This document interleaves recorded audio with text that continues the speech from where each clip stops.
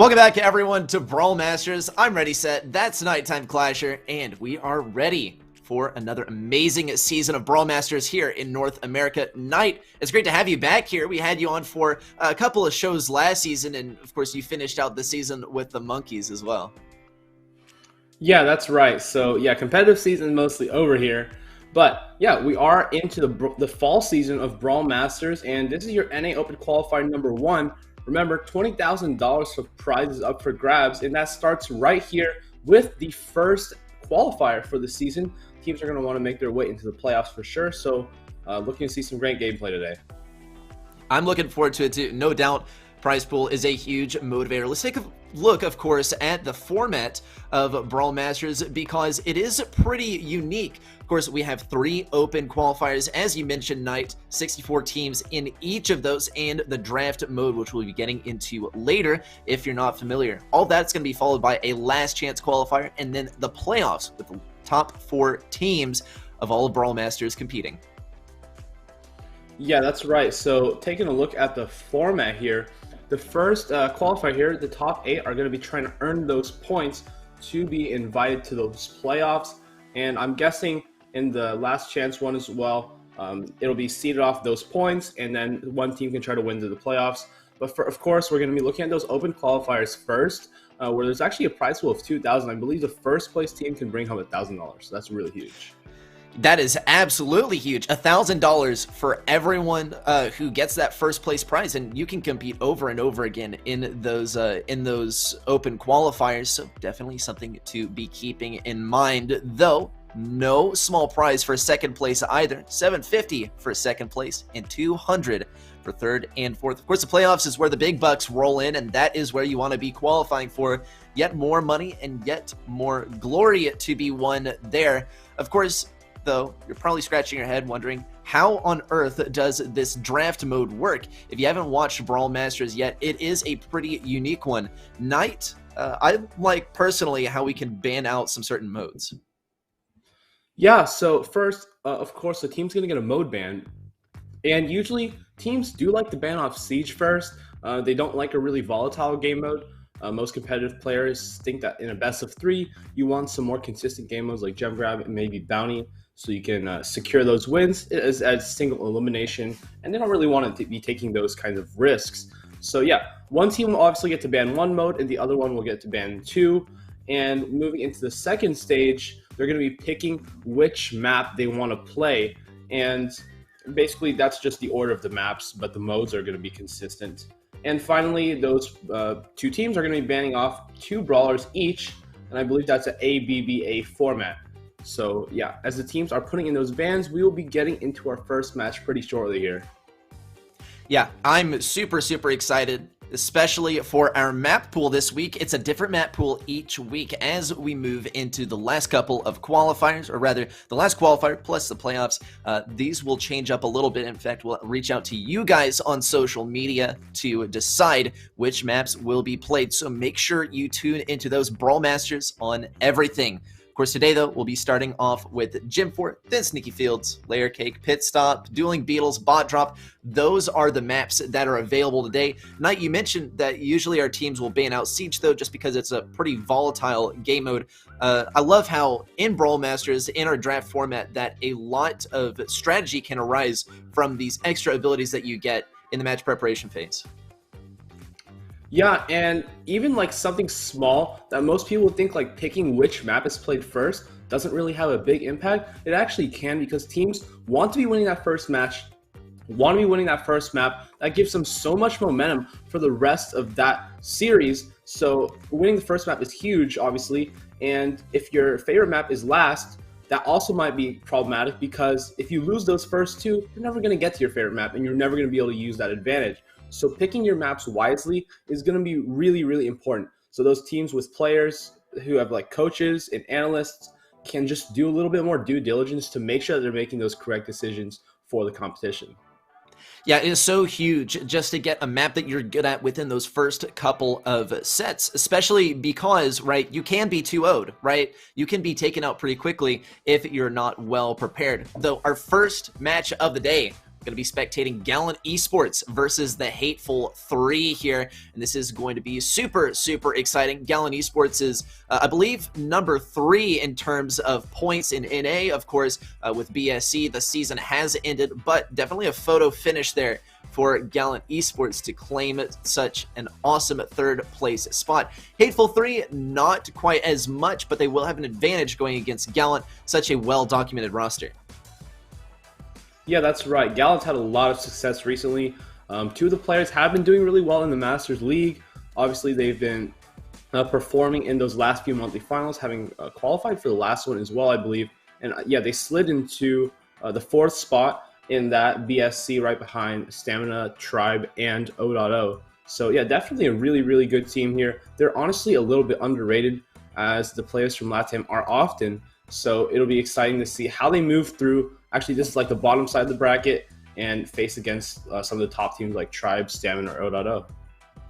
Yeah, I always do find that to be an interesting dynamic, right? Because LATAM as a region, I mean, LATAM North is pretty much one and the same with North America, especially when we talk, geographically and also in the competitive sort of sphere, right? So not a primarily English-speaking region, so we're not as familiar with the players in the English-speaking community. And yeah, we do kind of tend to underrate some of these players. So I'm absolutely looking forward to being blown away by either of these teams, or hey, maybe neither of those. Maybe it'll be an interesting sort of even match. But of course, we'll only be able to find out once they are readying up for that first game. Yeah, that's right. So Hateful 3, obviously, they're looking to make a name for themselves. That's what you've got to be doing in these kind of tournaments, going through the bracket and eliminating some of those really strong teams early on is going to make those other teams who are about to face you a little bit more worried about maybe their lack of preparation on this certain roster, who has shown their face a couple of times in tournaments like ESL Mobile Open. Obviously not making it too far, but they have a little bit of that competitive experience, and we'll see how that's used today.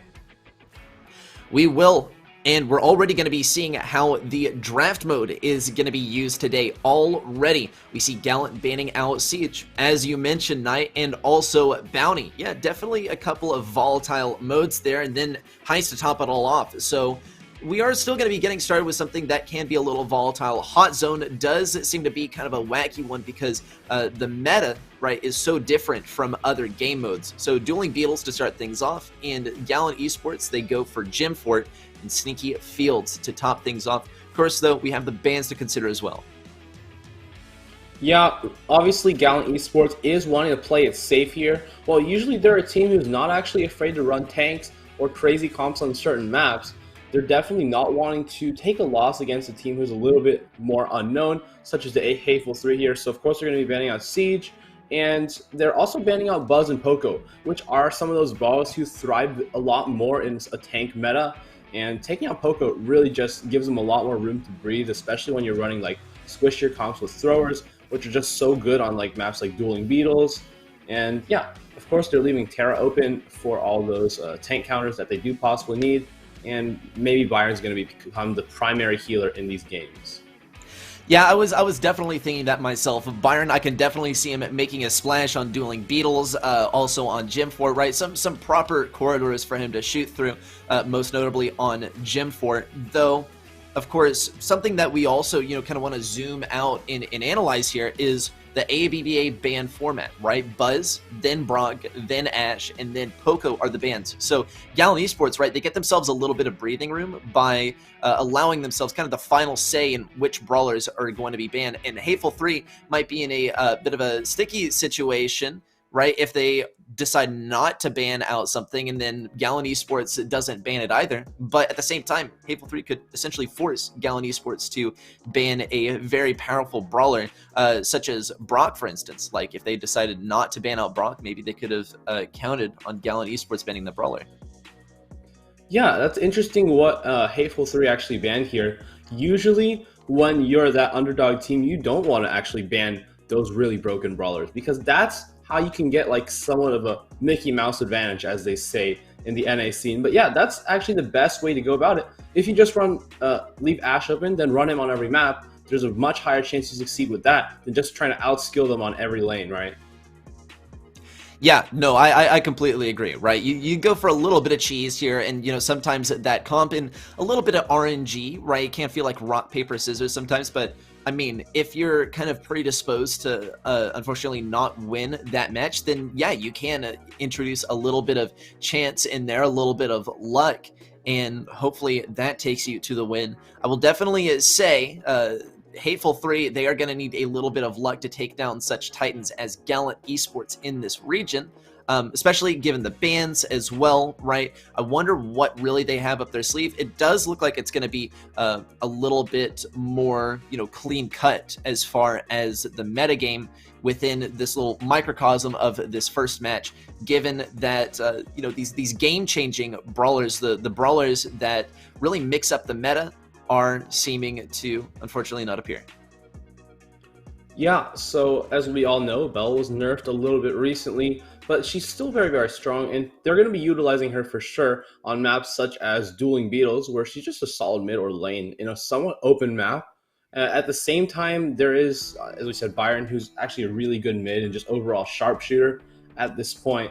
And yeah, of course, there's Jackie, which has been making its rounds in the meta recently.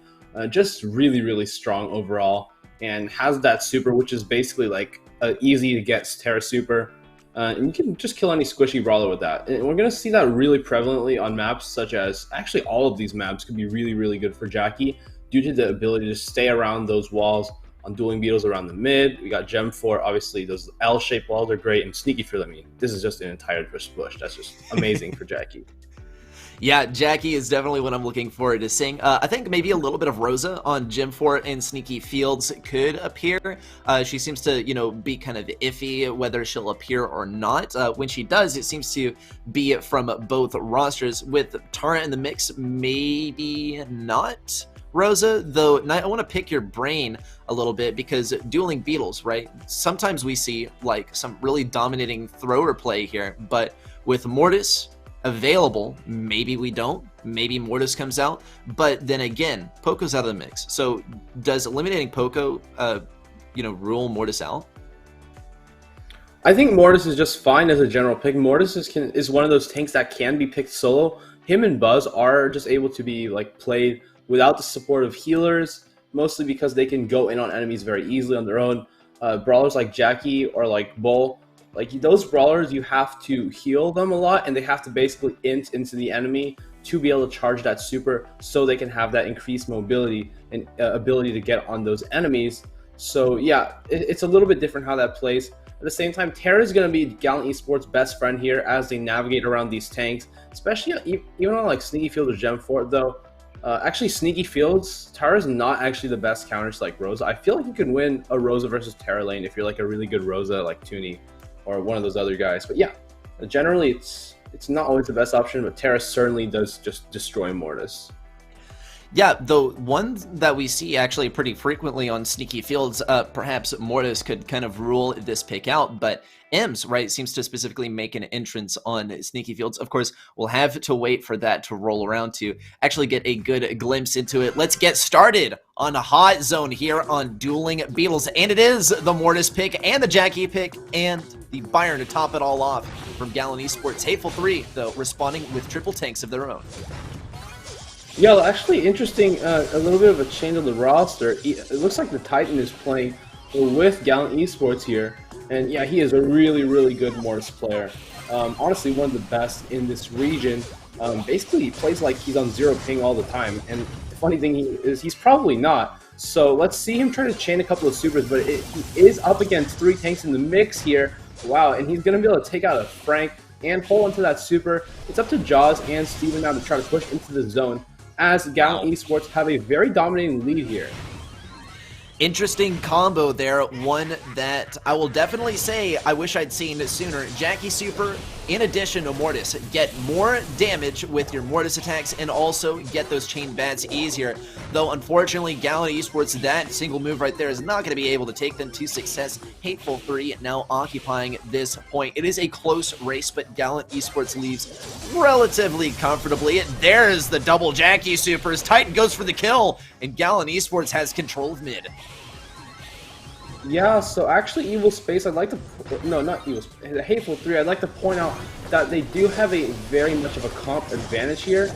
Byron is pretty weak against all of these tanks. He just doesn't provide a ton of value and is easily countered by Mortis and the Jackie. And Gallant Esports just has to go into the zone for like 2 seconds, and they are going to be able to do that. A pretty close first win. But the Hateful 3 has got to do a little bit better, as they certainly did have the matchup there and weren't able to take home that last 12%.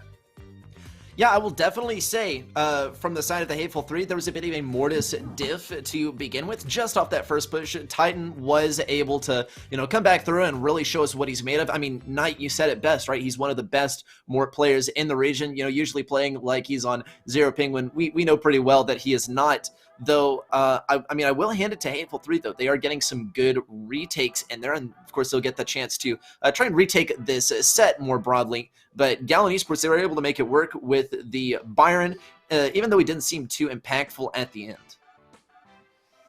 Yeah, obviously, you just can't do a whole lot. His shots do damage over time, so even if you've shot a Jackie 3 times, it's going to take a couple of seconds before you actually make an impact on that Jackie, and by the time you do so, you're dead. I mean, Jackie 2 shots the Byron.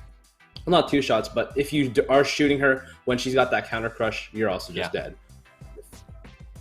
Yeah, counter crush is so difficult to deal with. It just seems like you're digging your own grave by trying to win the objective, by trying to win that 1v1. So definitely a brawler that we can expect to see mirrored across this game once again, especially since it seems that whenever teams try to bring a counter comp to dueling Beetles, it just does not work out. We used to see a bunch of Colt and B on here, and yeah, Colt and B worked fine when you were in a mirror match versus another Colt and B, but in any other scenario, it just seems like the tanks were able to tank so much damage to where Colt and B were not as impactful as they were meant to be.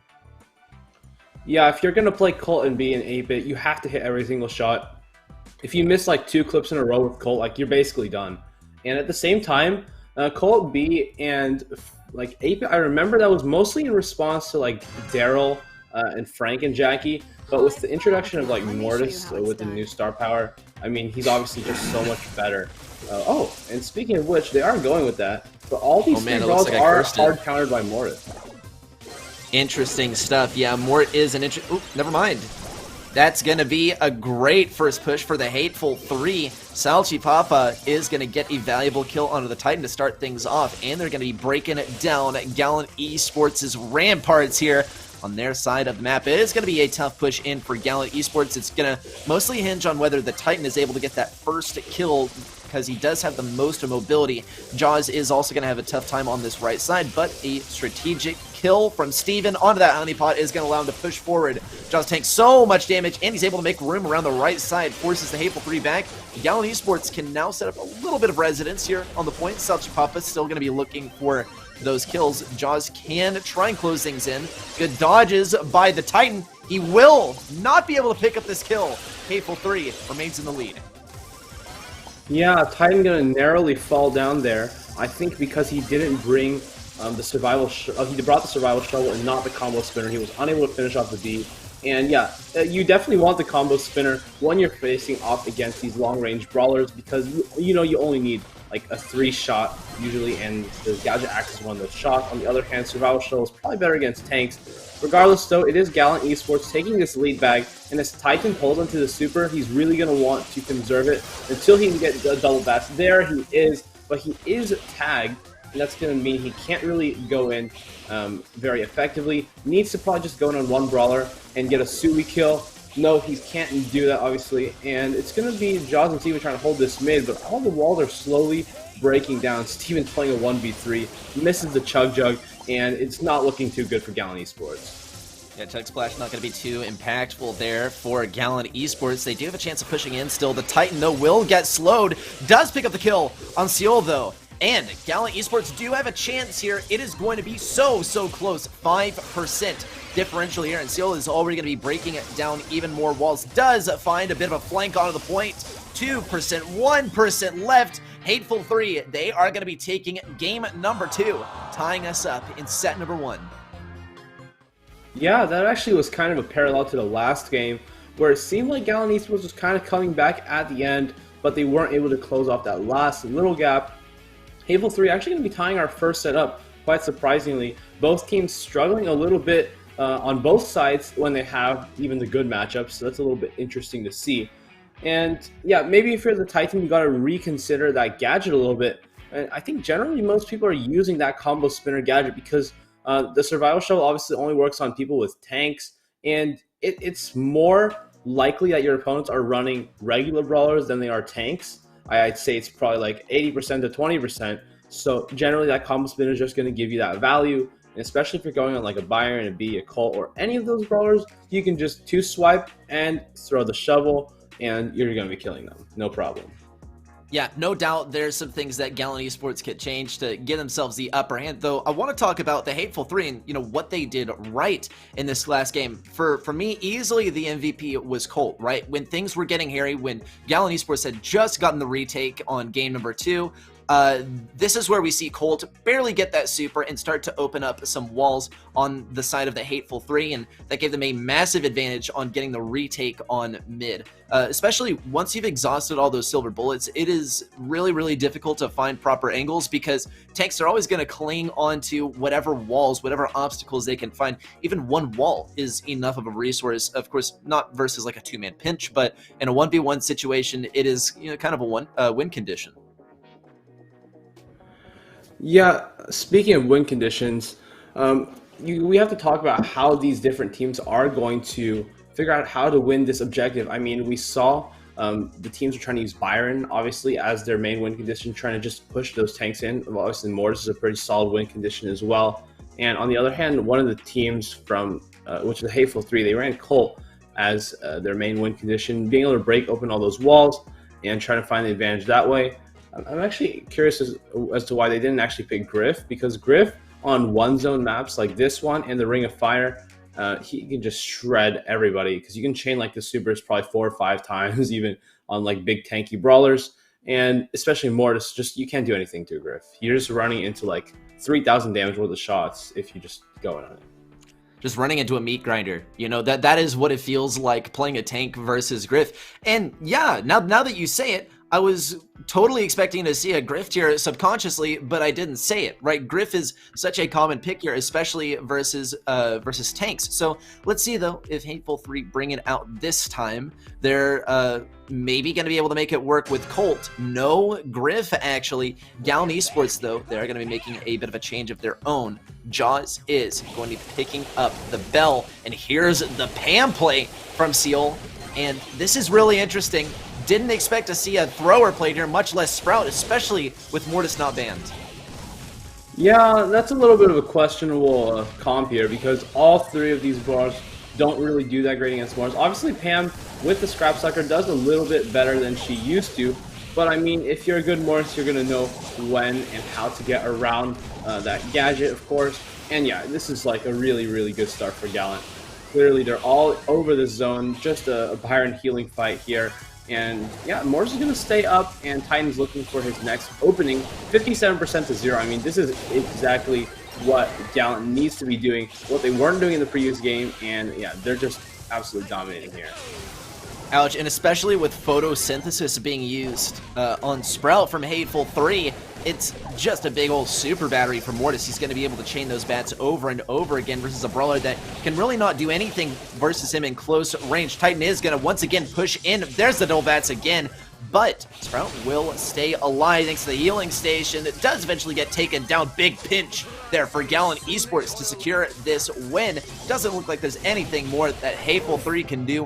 100 to 6%. Probably one of the most dominating hot zone victories we will see today in Brawl Masters.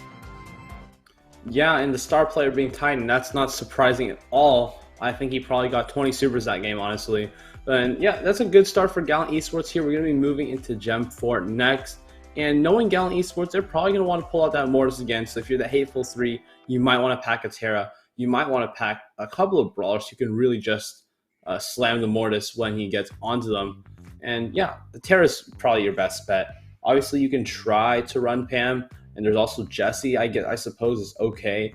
But yeah, Mortis is mostly countered by Pam and Terra in this map, as it's really easy to scout the bushes with those brawlers as well. And just knowing where the Mortis is already winning half the battle, because well, if you're Mortis, you always want to be sneaking up on the people, and if you're not able to do so, always taking damage, never being able to go in with full health, you're just going to be losing your interactions every single time.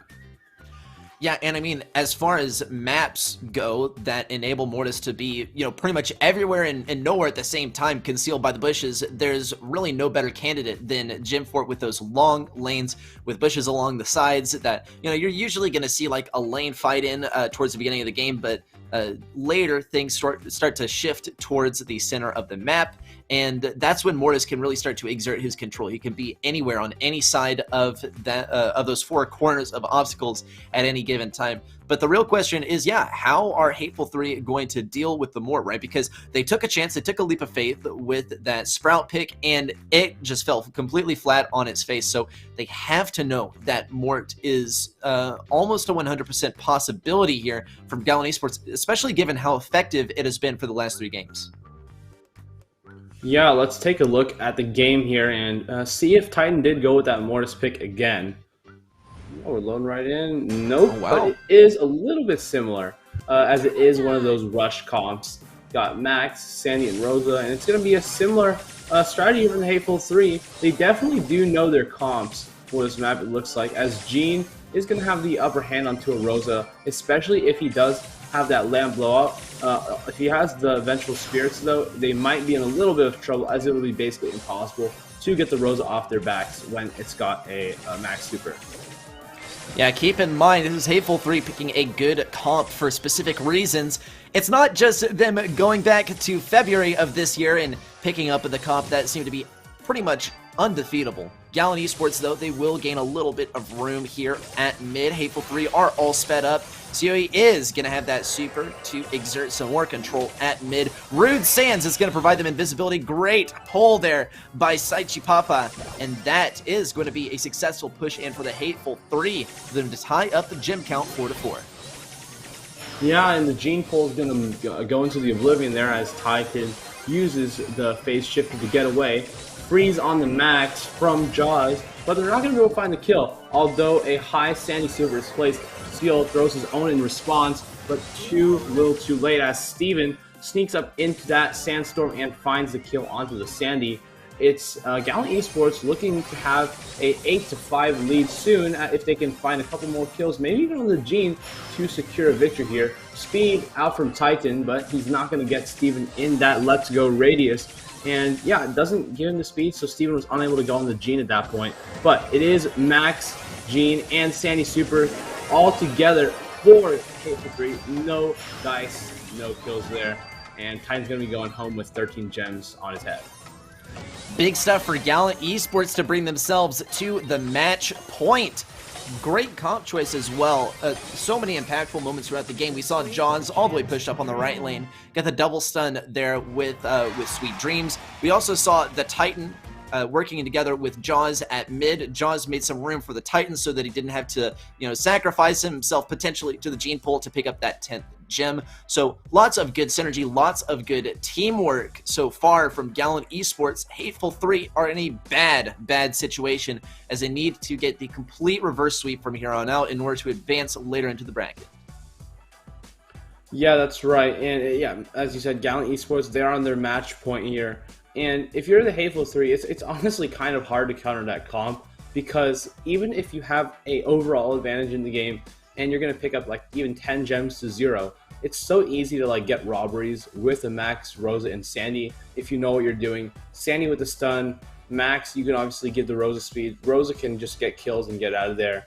And there's just so many ways for them to get that advantage back, even though they are losing control. So Hateful 3 is definitely in a difficult position here in terms of what comps they're going to pick. At the same time, they've got to do a little bit better mechanically. Like the Gene really didn't find much value. And if you have a Gene and a Max speed and a Sandy Super and you can't hit a pull, I mean, I don't know why they're playing Gene at that point. They've got to reconsider the strategy. Yeah, and I will attribute that a lot, actually, to Titan getting some good uses of the phase shifter gadget in order to get out of the way of the pull.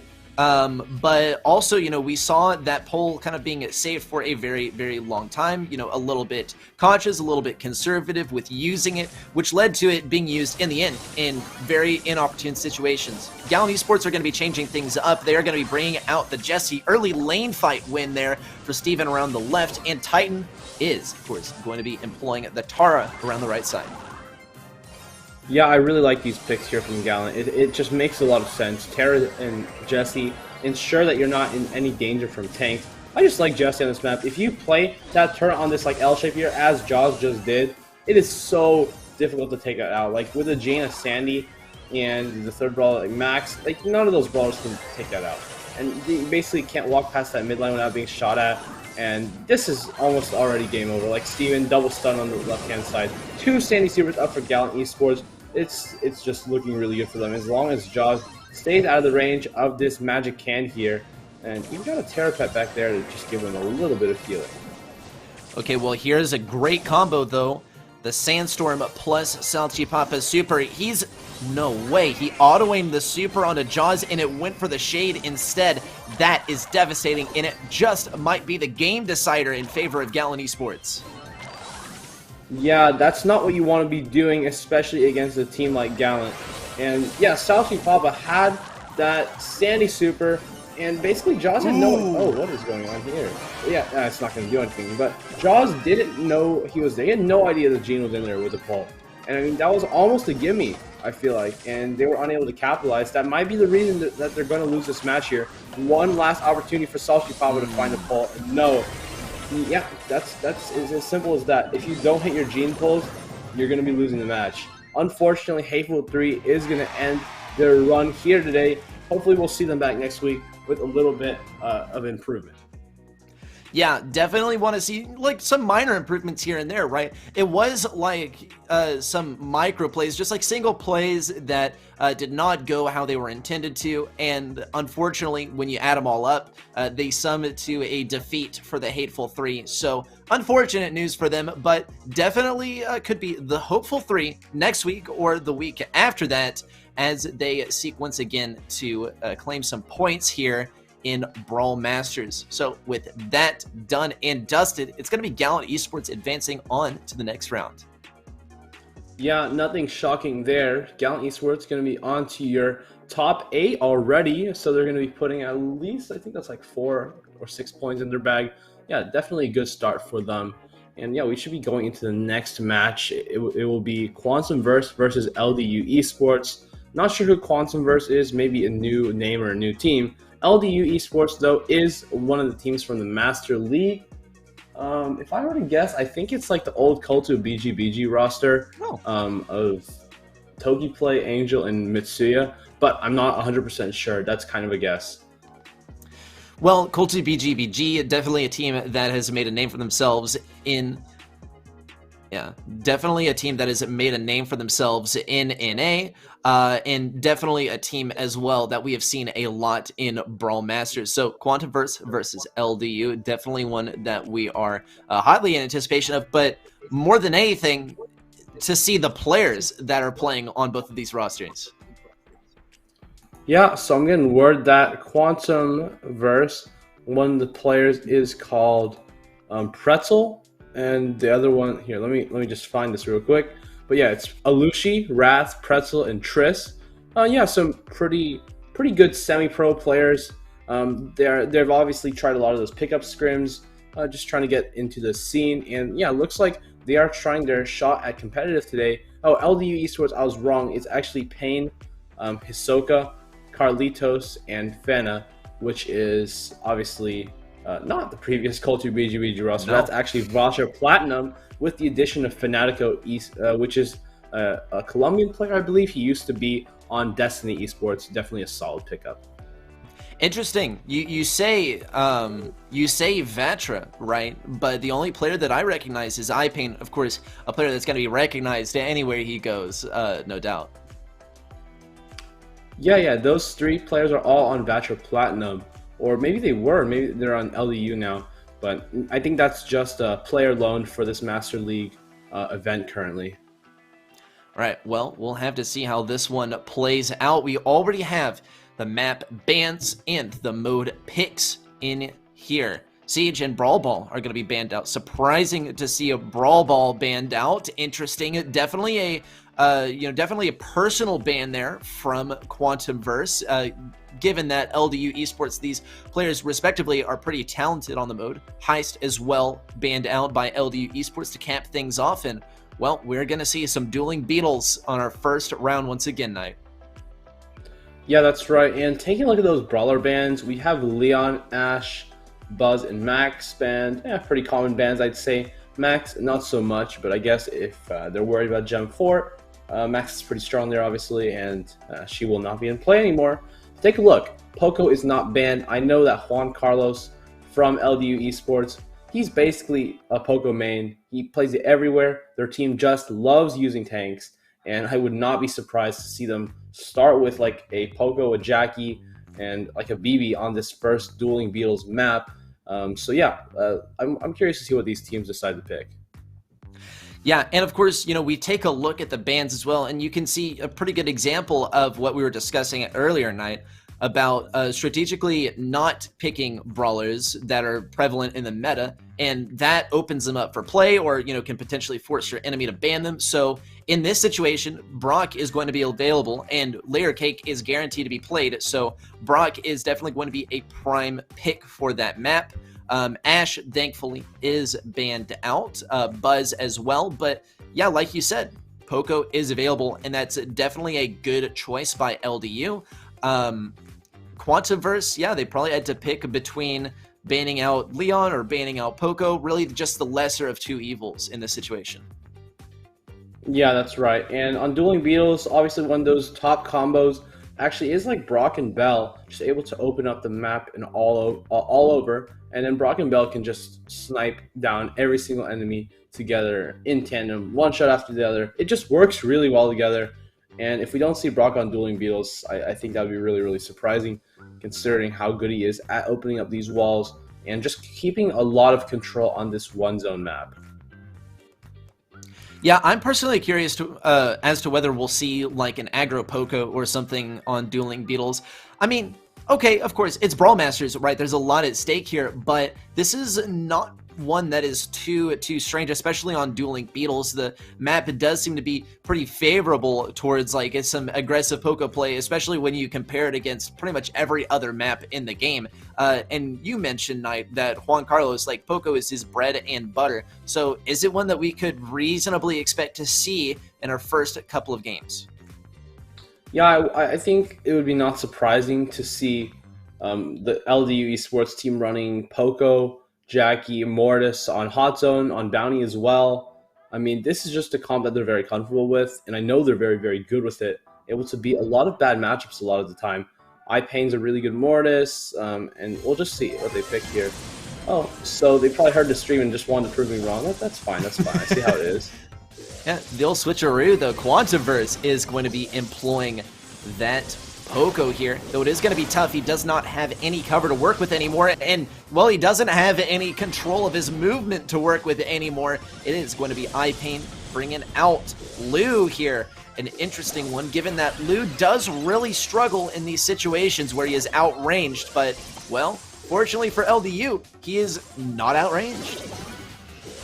Yeah, I mean, they are going with this Ldu pick, which Pain is like a very, very strong Ldu player. He really likes this brawler, so I'm not too surprised to see that.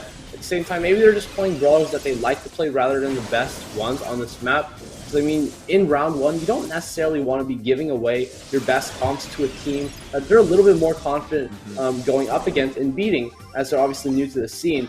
So if they can keep those comps hidden to themselves, maybe keep their tanks hidden for now, they can use it on the future games and then just blow people out of the water, as it's obviously less expected.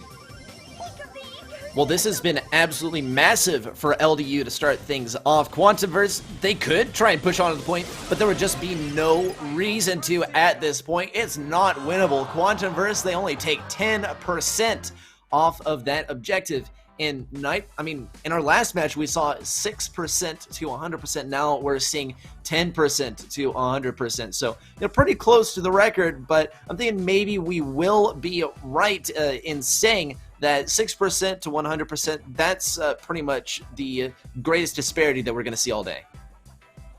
Yeah, 6% to 100% is a pretty bad loss, but 10% to 100% is not very pretty either. Especially the 10% that they got at the beginning was just popping a Poco gadget and spamming a stew into there, basically. So no real long-term gains there from the Quantum Burst. And yeah, they've got to make a huge comeback here. I don't think their comp was ideal. I mean, Poco, Stu, and Brock, it doesn't seem to make a whole lot of sense to me. But yeah, maybe they're just trying something or trying to go for a counter comp.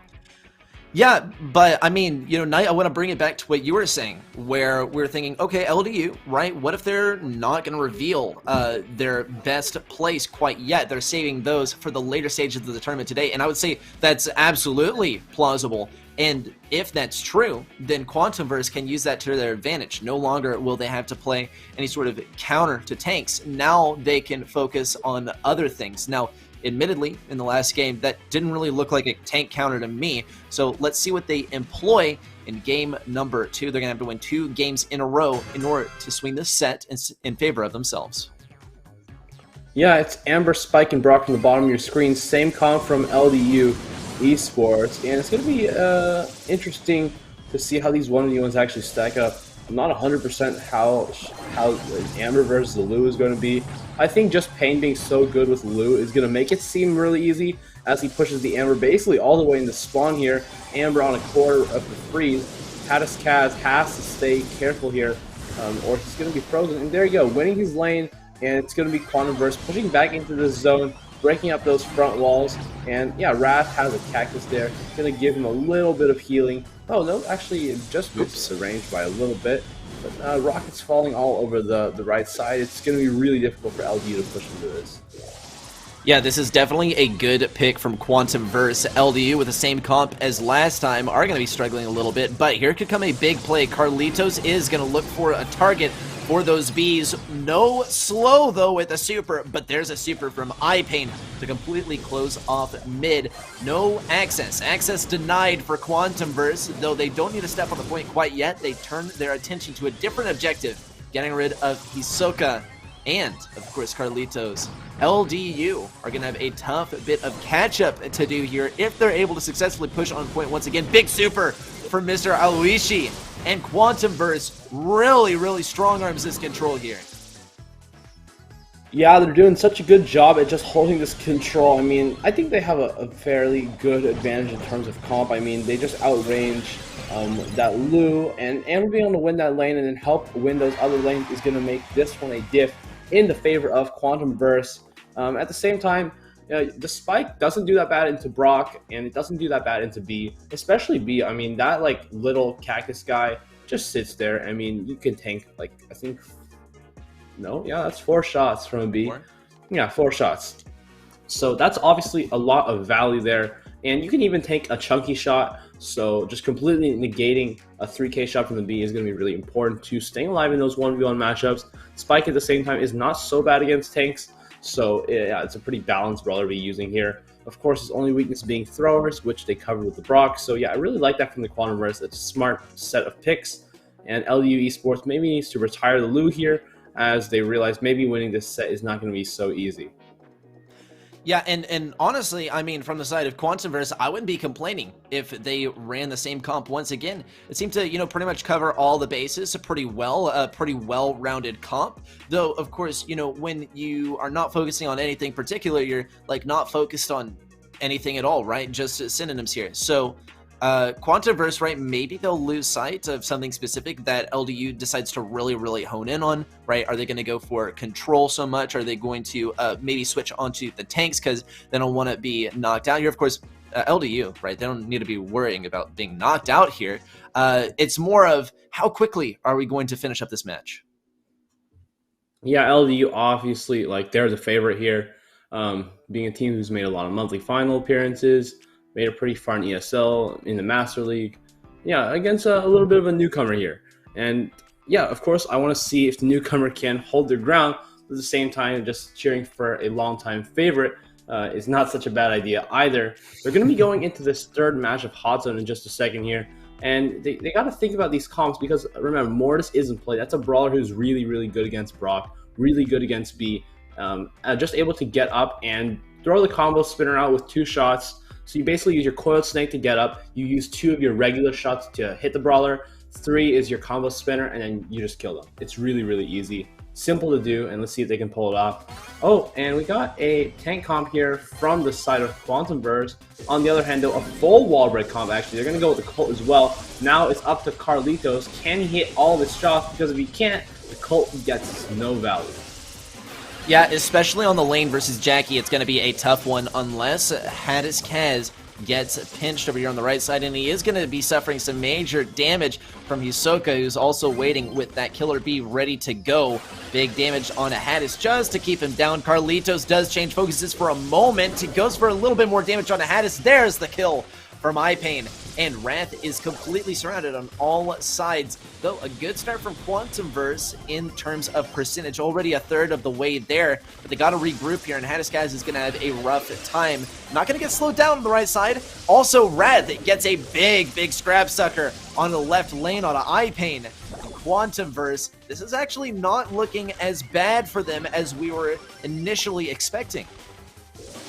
Yeah, and if you're Ldu Esports here, we saw them do it earlier, but yeah, they're always just targeting that Poco, making sure that Poco is low, making sure that Poco is unable to be healing those teammates is going to make this matchup just so much easier. As you see, they're just targeting down Mr. Alushi, and yeah, Kaz has to push back.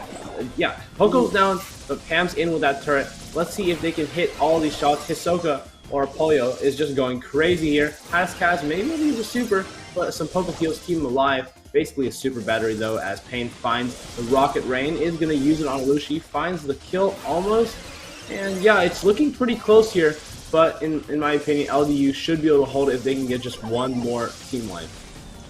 Ouch, this is devastating from LDU to see all 3 of these sharpshooters converging onto a single target at times. Mr. Aluishi's not able to do anything there. Now, LDU, admittedly, they have to defend 13% from QuantumVerse, and it really, honestly, could go to QuantumVerse here a little bit more. Mr. Aluishi goes down. Really one more push left available for QuantumVerse, but QuantumVerse, they're just too staggered. It doesn't look possible from here. That is going to be the set. Narrowly, admittedly, going to Ldu Esports. I mean, yeah, just in terms of the comp, LDU went out there, they're like, well, we have to win this, and we're going to win it with this comp. I mean, break all the walls, kill all the tanks. Once all those walls were broken, we basically saw QuantumVerse just having to walk into those shots. I mean, there's nothing you can do. It doesn't matter how good you are dodging. You can't dodge 3 people at once. It's just not possible. And including the Killer Bee slows, I mean, there's no way to escape. And I mean, Juan Carlos did his job, hit a ton of shots with Colt, and yeah, he just was able to get tons of value, kill the Poco over and over, and everyone just did a good job from Ldu Esports. And that's what you got to do. You got to work as a team, take down enemies one by one when it comes to triple tank, and that's how you're going to be getting the win. Conversely, if you're triple tank, you want to go in all at once, not just cycling deaths one tank after the other, because they can focus you one by one. But if you're all going onto them at once, they can only focus one of you or 2 of you, and then the third one can probably get a little bit of damage done. Yeah, and also, I mean, to second that, right? Go in as a full team, and then you won't be staggered so much, and you'll be like a full fighting force of 3 rather than just 1. Now, I want to sort of counter that by saying, we saw Ldu Esports time and time again just focusing on a single brawler from the enemy team, going all 3 or a couple of brawlers focused on one central character from the enemy team. And we saw it with Poco, right? We saw it with Pam at times, just going for the most important target. Definitely some shot calling going on the VC from Ldu Esports, or maybe they just have insane synergy. We'll see how it works out on Layer Cake. This is a bit of a different dynamic. Yeah, Layer Cake is a little bit of a different dynamic. Obviously, it's bounty, it's a hot zone, so you can use a little bit of different comps. But at the end of the day, I think double tank Poco is going to be really, really strong here. Without a doubt, you can run it down with Poco, Mortis, Edgar. Just it's such a good combo. Even Jackie now as well. I mean, there's so many brawlers who can just absolutely clap, like Tick, Piper, Bell, Brock. It doesn't matter what sharpshooter you bring. You're not going to be able to kill a Poco and a Jackie running at you with a super. You just can't. It doesn't matter how many shots you're hitting.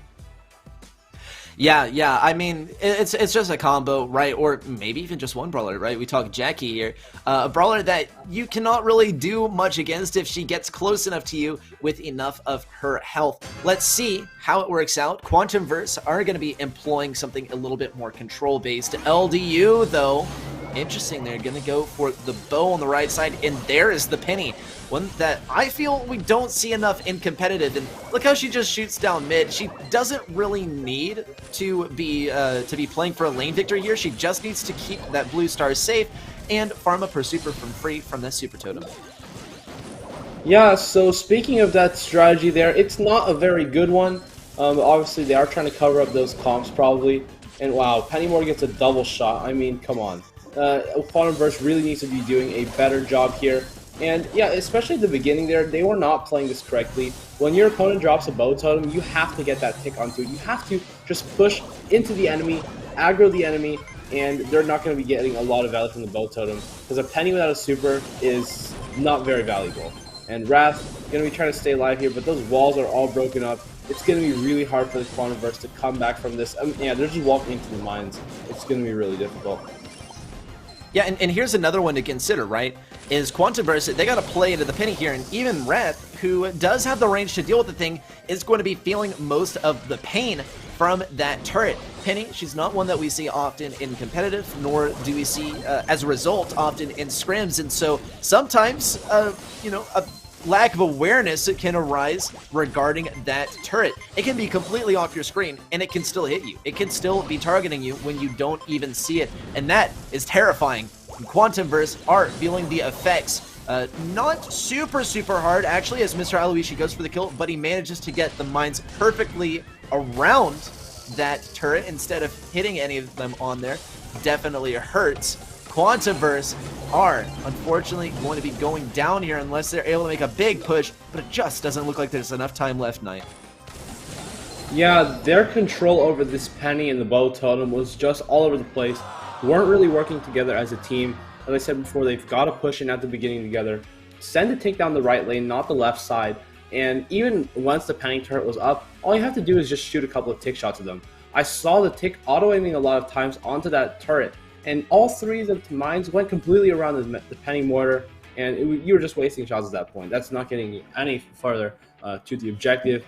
Yeah, Penny's just not so scary to deal with, but at the same time, you can't really blame them. I mean, these brawlers like Penny and Bo, you barely play against them.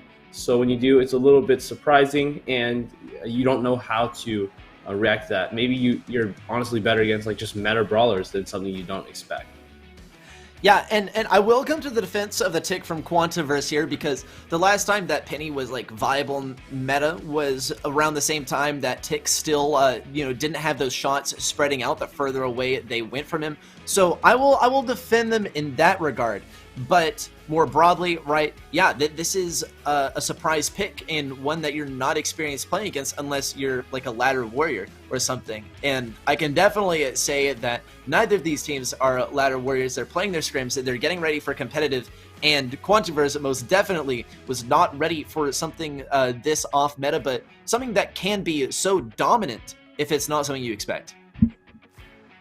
Yeah, absolutely. And speaking of things that are really dominant in the meta, on Layer Cake, we didn't really see the Brock used from... who didn't use Brock? Yeah, one of the teams didn't use Brock there, or maybe both the teams. But yeah, Brock is so common. I mean, it basically makes Tick worthless there. So to see Tick being used, especially when you know Brock is open, it's just generally not that great of an idea. You can just become useless in a couple of seconds.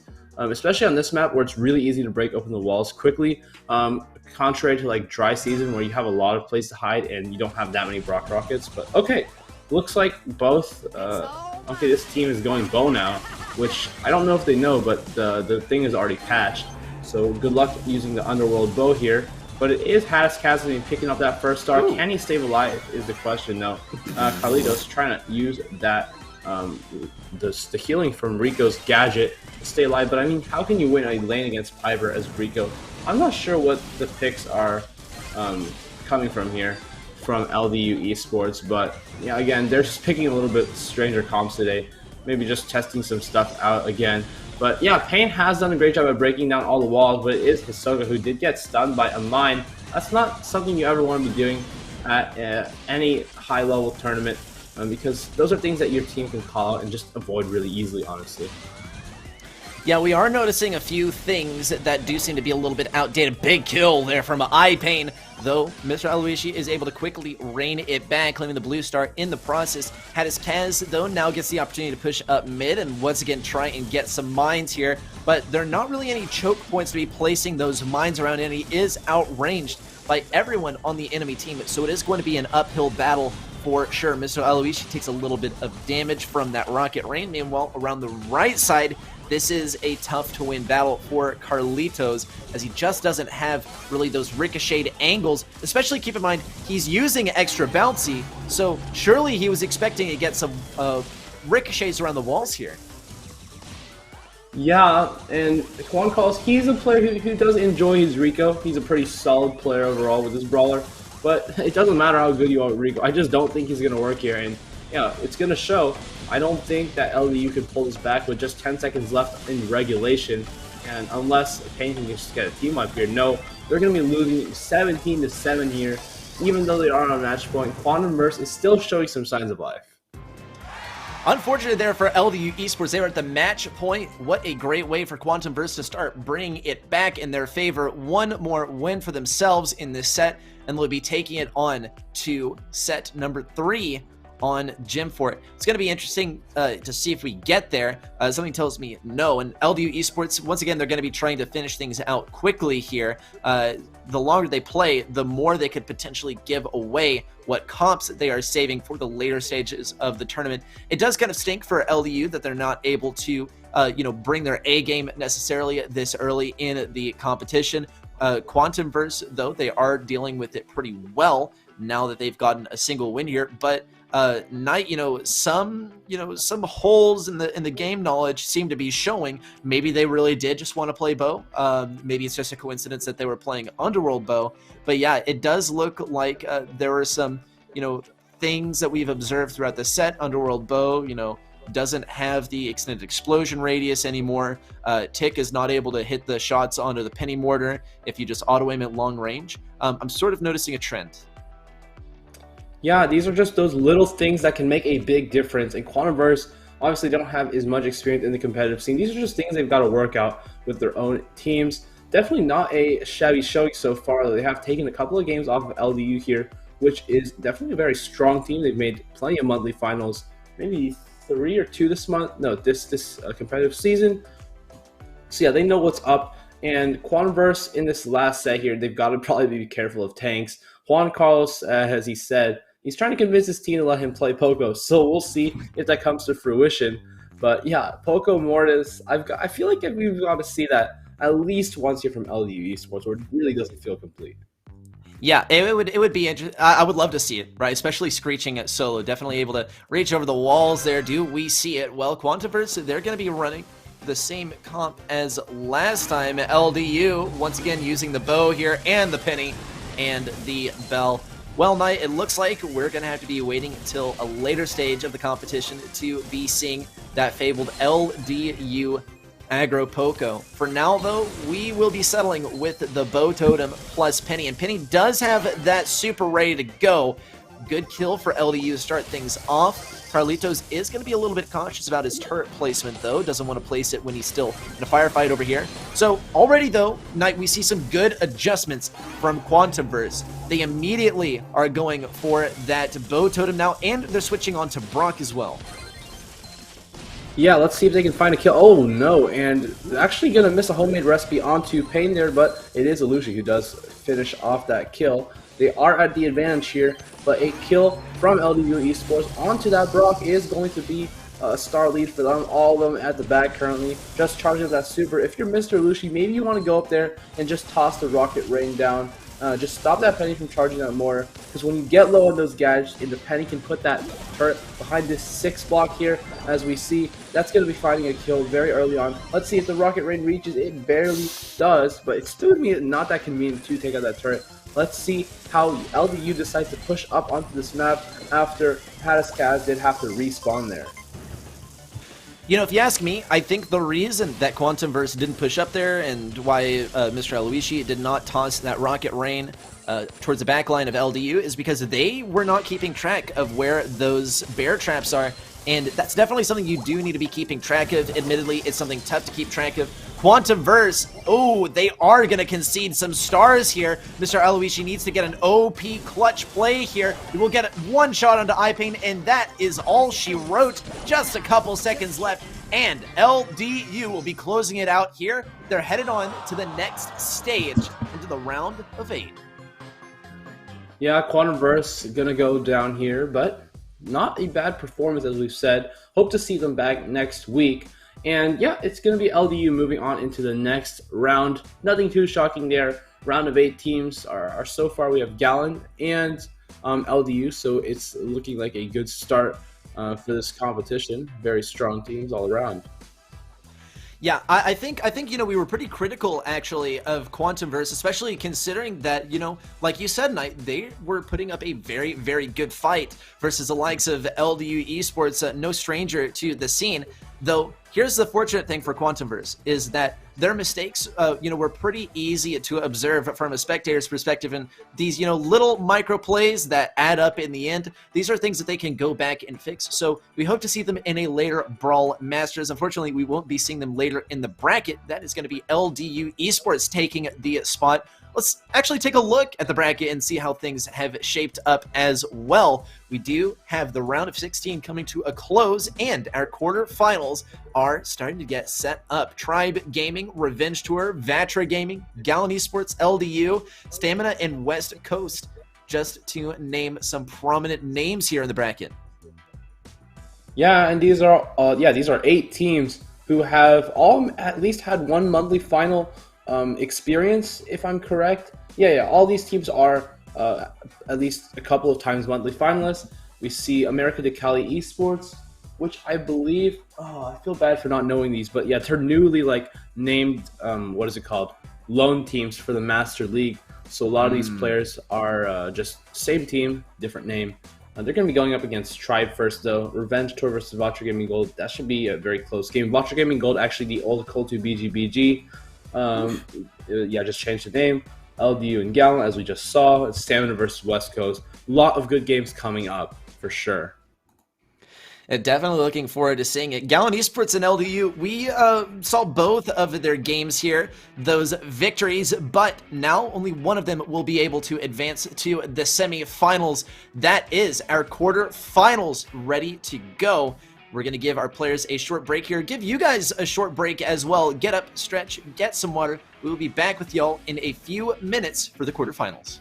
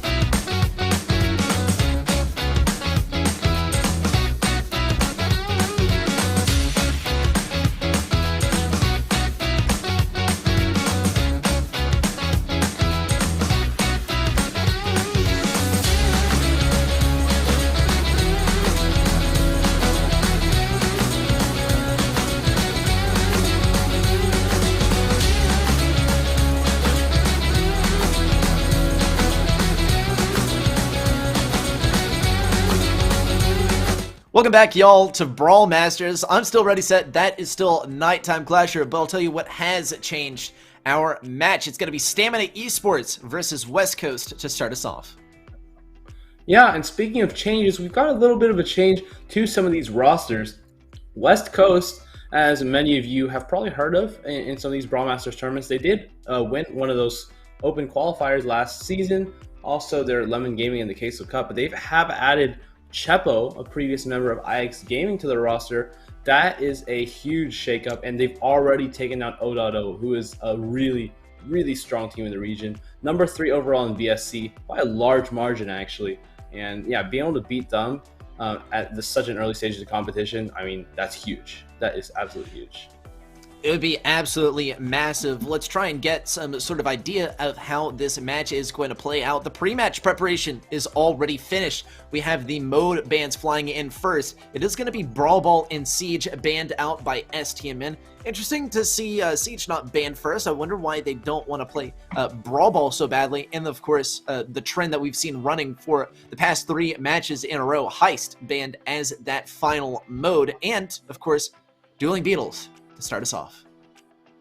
Yeah, it looks like we're playing the same maps over and over. We're just in the Groundhog Day. Dueling Beetles starting us off again, followed by Gem 4 and Layer Cake. Yeah, we've seen this already for sure. Taking a look at the bans, it is Stamina with a Sprout ban. That's really surprising to see. Poco as well going to be banned out here. On the other hand, West Coast taking out Ash and Buzz. Those are pretty common bans from them. Usually it's Buzz and Stu, but I guess Ash is going to take the place of Stu today. Dueling Beetles, though, that we do have a Mortis, a Jackie, a Byron, Leon open as well. So lots of great options to overwhelm the mid, basically.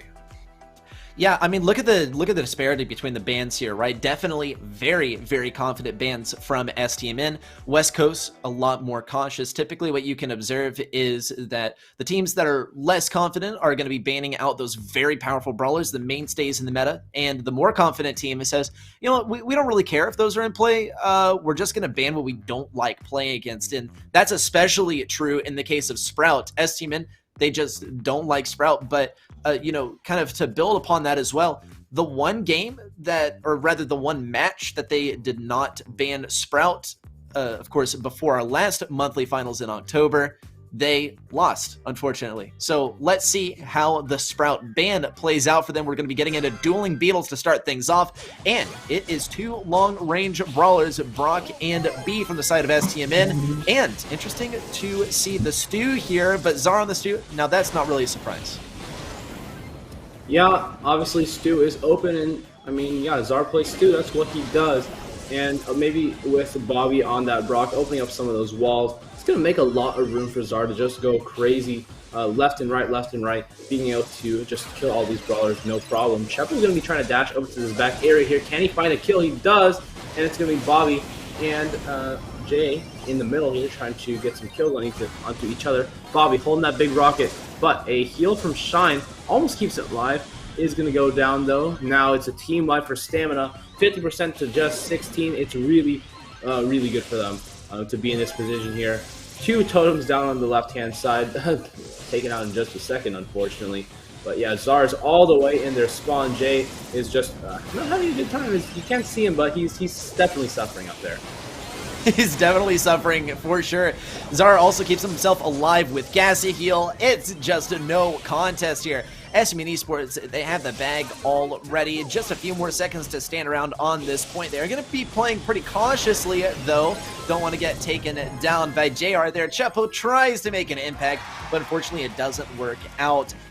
What on earth? JR has 1387 trophies on Brock. I was expecting the Brock Chepo, but you know what? If I were Chepo, I would definitely be backing away for the 1387 Brock. Definitely a pretty good performance from STMN Esports like we were expecting. West Coast, though, yeah, definitely struggling against this S-tier roster. Yeah, I mean, West Coast had a great showing against O.O. Maybe the majority of the preparation for this tournament, obviously knowing the bracket beforehand, maybe the most of the preparation was on how to get rid of O.O. Because at the end of the day, you know it's going to be really hard to get past Stamina. So maybe you try just to win that first round, get those points on your back, get that better seeding, and then try again next week. Maybe that was the case here, and yeah, they got their first task done. Task 2 is up ahead for this West Coast underdog roster, and they've got to somehow beat out Stamina Esports, which is seemingly a very difficult task. Yeah, well, our teams are chomping at the bit. We already got game number 2 coming up for y'all. Let's see, Human Esports, they bring out the same exact comp. West Coast, though, they've had their chance to change things up, and they are going to change things up pretty drastically. Not a good change for Shine, though, on the left side, employing that Surge. He's going to have his walls broken open to start things off. Some pretty good dodges, but not enough to deal with a 2-man pinch around that obstacle. Combine that with Surge's slow speed to start things off. Chepo, though, shows no mercy. Goes straight in on Bobby, almost secures the kill. West Coast have occupied this point successfully. OG with a good tank with the honeypot. Blink and you'll miss it. Blink and you'll miss Shine going down to the killer bee. Good start for West Coast, actually. Yeah, a great start from West Coast. This Stu pick is exactly what they needed. Shine, actually a really good Surge player. I've seen him use this brawler a lot of times on this map, had a lot of success with it. And while he had a little bit of a slow start, he is up and going now. Now, Chepo's trying to harass Bobby at the back. Zar's going to come in for the assist and finish off that kill. OG, now having used his last honey, last 2 tank cast shot, is going to find a kill onto Shine, but they are at a 60% deficit with no definitive control onto this map. Still, Chepo and Jay hovering around that mid area here. Let's see if OG can stay alive. Oh my, maybe I was wrong. That is his last honeypot for sure now, as Bobby and Zar are trying to move into the zone. Rocket Rain being held by Jay. Let's see how he decides to use it for this mid control. Zar is just still alive. The league is absolutely crazy, but finally gets taken out. Yeah, he is getting outranged here. A great lane matchup, actually, for Shine and JR around the left. As Zar's main weapon in his arsenal here is being able to consistently heal himself after consistently hitting the shots. But hey, if you're out of range, you're never going to be able to hit that shot no matter how skilled you are. That is a hard limitation. A hard limitation for Estiman's progress as well. A good first win for West Coast to bring us to 1-1 in set number 1. Knight, okay, you know, I'm going to take it back. I kind of had to eat my words there. Shine on the Surge, definitely a showstopper that I was not expecting. Yeah, he's really good with that brawler. And yeah, I think the first interaction, he had some very difficult, he had some difficulty getting up, because usually you hide behind that L shape and you basically prevent the enemies from pushing up into that zone. If they push up on the zone, you TP and you kill them. It's that simple. And at the same time, Stamina knew that. I mean, that's very obvious. They went with the Brock, broke that immediately. And I mean, what are you going to do? You can't sit there anymore, so you have to push in. You have to try to walk up, and you're so slow. You're just slow and fat. You can't get up there. You're just dead. Yeah, and I mean, we saw Shine, like, kind of waddle his way up there, getting some good jukes and dodges in the mix, but as soon as he was in range to get some real impact there, I mean, Surge, super squishy, if he doesn't have that super ready to go, and he went down in just a couple of shots from B and Brock, so that was really the end of that story, but he managed to pull it back very well, and I will also hand it to West Coast for really knowing their lane matchups very well. We saw it time and time again, the lane rotations, the swaps to get something optimal. I would say most definitely versus Zar there on the Stu. Get the 2 brawlers that outrange him the most on that lane, and deny. Zar was such a terrifying force in game number 1, and it was the total opposite in game number 2.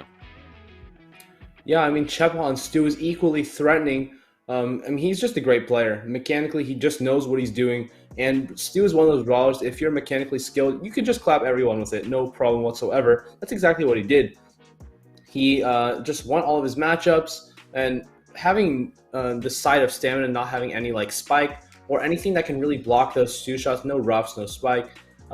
It's hard to like get around that Stu, especially when you're using long range brawlers. You can't hit the shots because he's dashing around, and all of a sudden he's like right next to you and you have no ammo, you just die. It's pretty cut and dry.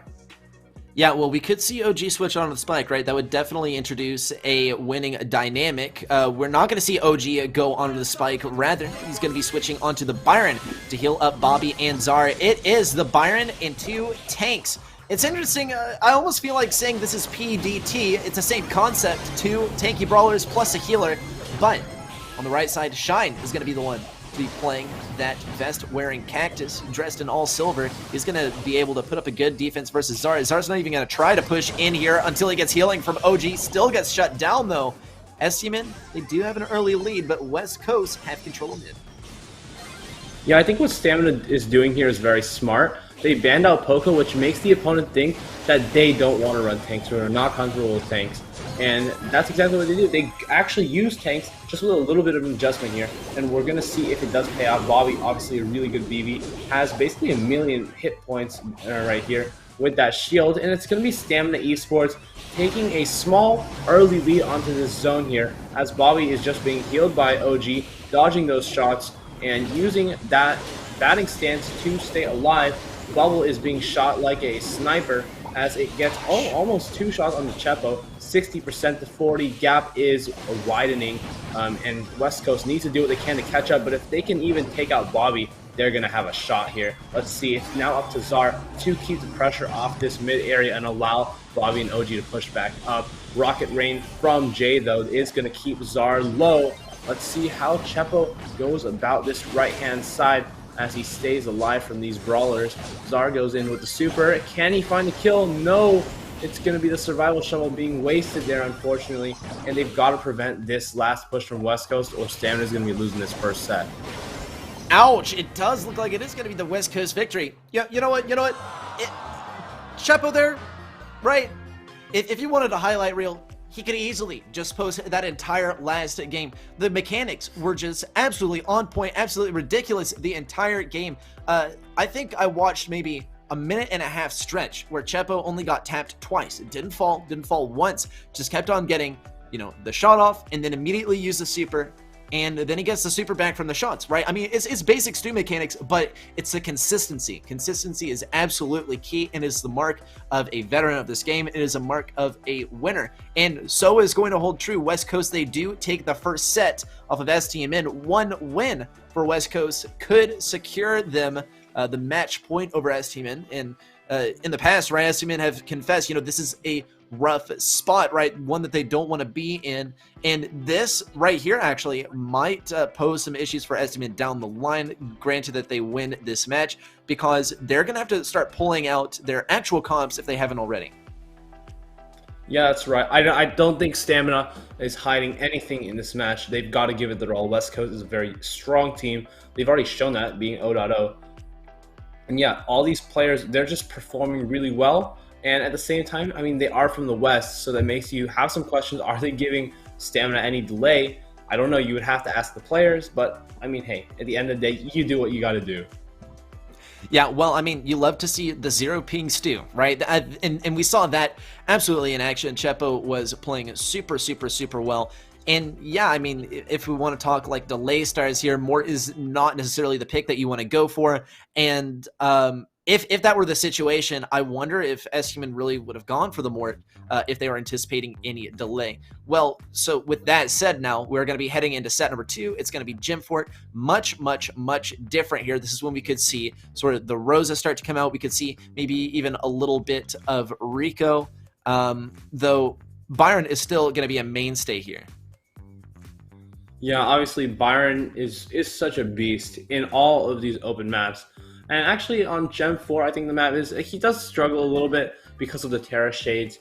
And he doesn't really scout bushes that well. Like the Terra Shades, you have one try to shoot those 3 guys with the injection shot. If you use the injection shot, you're dead. You're just dead. Yeah. You have to use 3 shots to kill those Shades, and you don't even kill them instantly. It takes 3 ticks.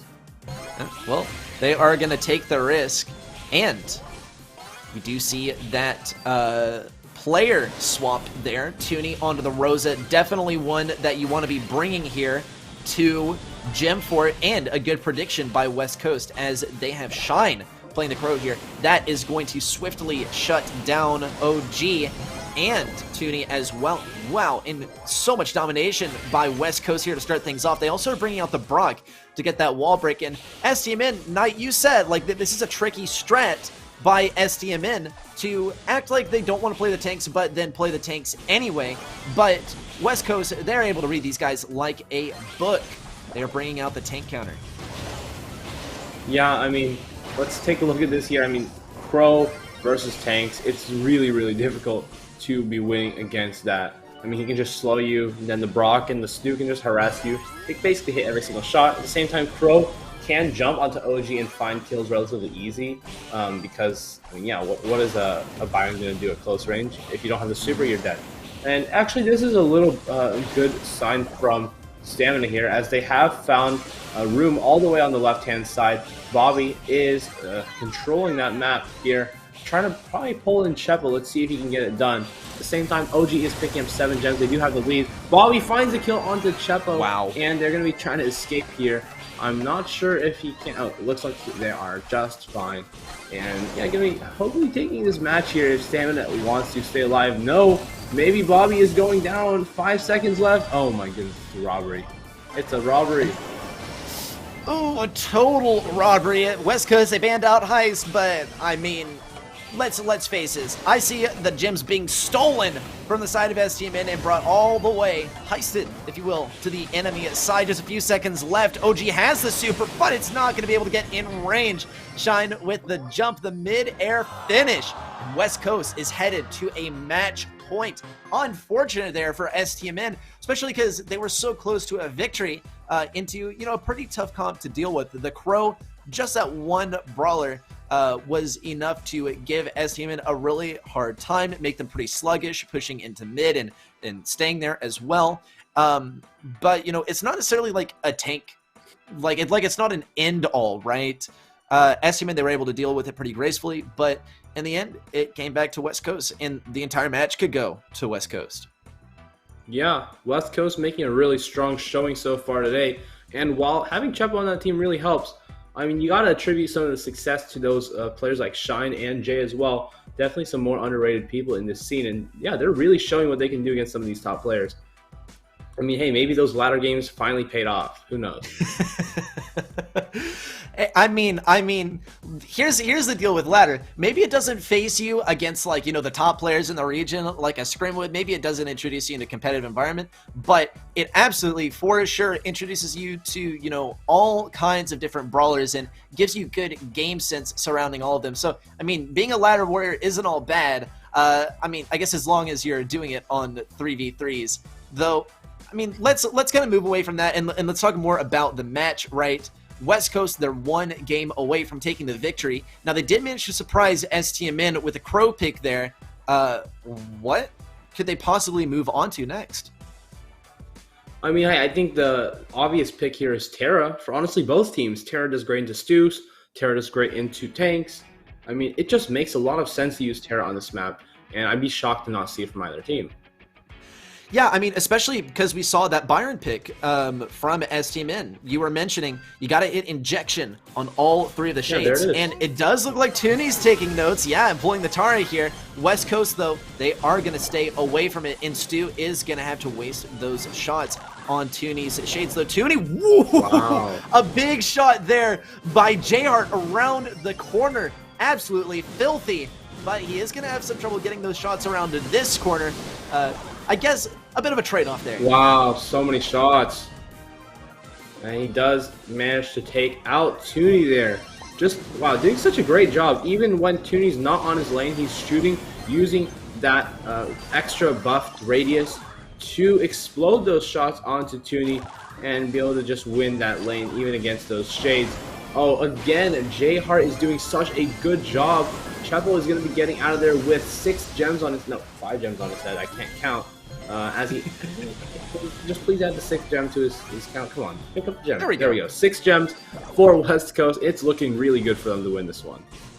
It is looking very dominant, actually. J-Heart has the upper hand on Bobby here with that super ready to go.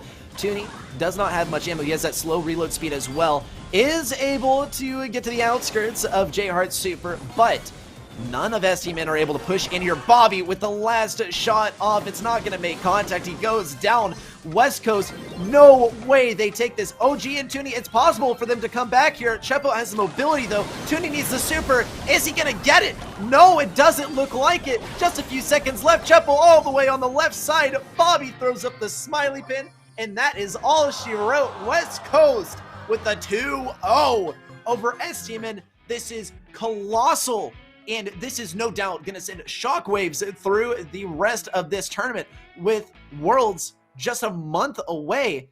And already one of the qualifying teams, unfortunately, folding in the quarterfinals of Brawl Masters. Yeah, that's really unfortunate if you're Stamina Esports here. But hey, at the same time, they might be just practicing the Worlds maps, and these didn't really come into the consideration. At the same time, though, you do need to keep your competitive spirit in all aspects of competition. And while they didn't have a really great week here, West Coast is looking pretty strong, and I hope to see Stamina back next week and making a return and getting into those playoffs for sure.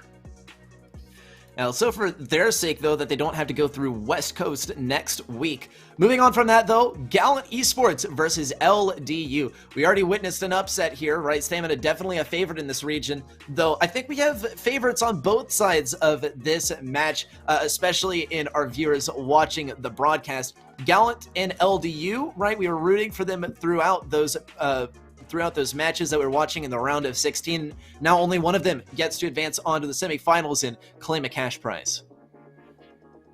Yeah, that's right. And yeah, Gallant Esports versus LD, this should be a very, very close match. These teams are like almost identical in skill, if you were to ask me.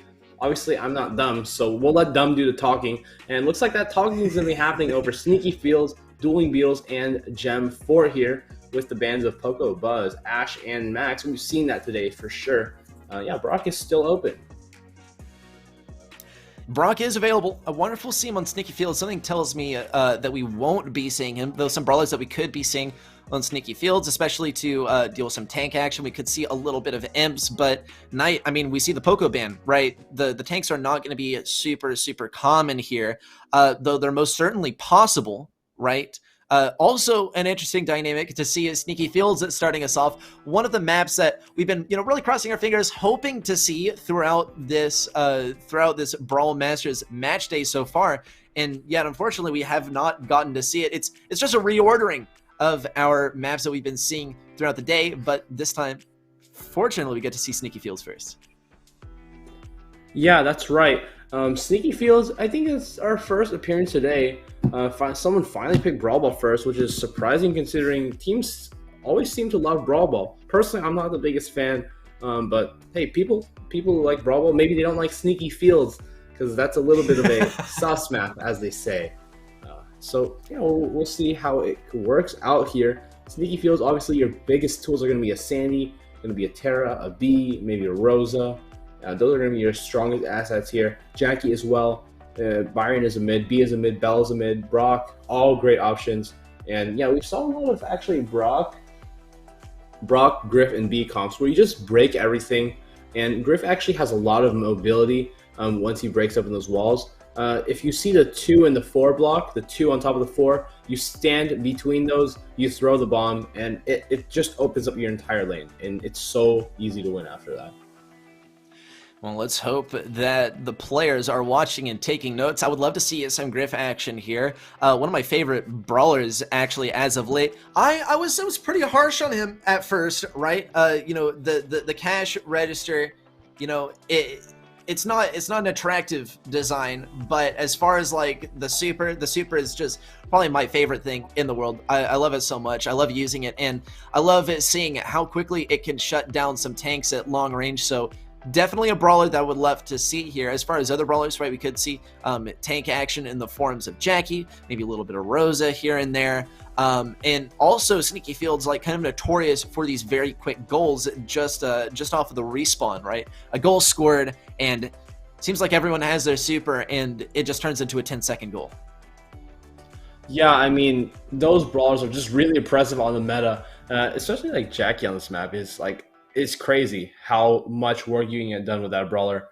And yeah, Griff is obviously a pretty good counter to Jackie. It's so satisfying to be throwing like a Griff super after a Griff super, and you can just see so many cards flying. You're doing so much damage, and you can team wipe a lot of the time if you can get a few of those cashbacks down on the field. Let's take a look at the comps though.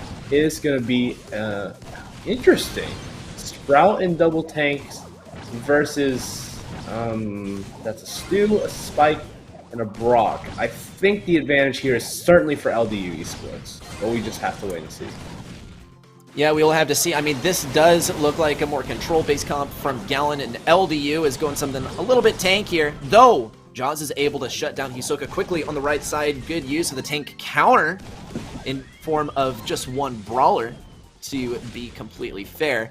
Steven, though, does have the chance to get some damage onto Sprout, provided that Sprout is close enough to those boxes. Steven is going to go for some tricky shots right around the corner. Narrowly is not able to get the first one. Gallant Esports, they definitely have control here. They're not going to be able to back up very quickly. Ooh, big kill from Jaws on the right side onto Hisoka. The Titan could get this one in, but a stellar defense from Sprout is going to shut that down quickly. But Rocket Rain is able to break open some walls. Steven Tian gets a good kill on the iPaint breakthrough from the Titan. And Gallant Esports could be setting up their first goal. Yeah, maybe I spoke too soon because it looks like the Stu is running breakthrough rather than the speed zone. Speed zone obviously wouldn't have provided as much wall break. Should have made them struggle a lot against that Sprout. But yeah, being able to dash right onto the Sprout, as you see Titan doing, is going to be a big time winner for Gallant so far. Titan, unfortunately going to be passing that ball with a super, but hey, it's Stu. At the end of the day, it's not going to hurt you too much. Hisoka finding the kill, but it's going to go down himself. Now, LDU really wants to prevent this from going into overtime, as a Stu, a Brock, and a Spike can basically just harass you. So they've really got to use these last 40 seconds of regulation here to find a entry into that goal. Sprout needs to find a kill, and then the Jack and Rosa need to rush for the ball. Ooh, and Jaws is going to be feeling the pain. He does get the kill in combination with Steven onto, well, pain. Gallant Esports, though, get the opportunity to push up around the left side. Let's talk about Titan for a moment, because we saw he's running breakthrough for that wall break. He's able to get right onto Sprout, but also he's running Stu's first star power to give himself additional range on that super. It does seem to be a little bit more either or these days in terms of which star power you're using on Stu, but for a long time it has been Gassy Heal is the way to go. The Titan is going to get sucked back in by Hisoka, and this is not a great start for Gallant Esports as they enter overtime. Jaws is going to struggle to get some shots on an iPaint. This could be the goal. No, iPaint does have the double back. His Titan respawns. Though a big kill onto Steven on the left side. Gallant Esports now going to be forced to play defense. Yeah, that's right. And with that Sprout on the left-hand side, it offers Hisoka a little bit of room to hide, but at the end of the day, it's not too much to work with. They're just looking for a draw at this point. Payne does find a kill. Now, Jaw's going to go down too. Actually, it's not so bad for Ldu Esports. Titan maybe just wants to hide this ball into that left side corner and just try to hold them back. Gallant Esports, for sure, there's no way for them to lose this. But yeah, if you're Ldu Esports, you know that there's only a chance for you to lose, so they just want to play passive. That's exactly what they do. These teams obviously can change their comps after a draw, I'm pretty sure, so they're going to be able to throw this comp in the trash, hopefully never use it again, because that did not work at all in overtime. Yeah, it did not work.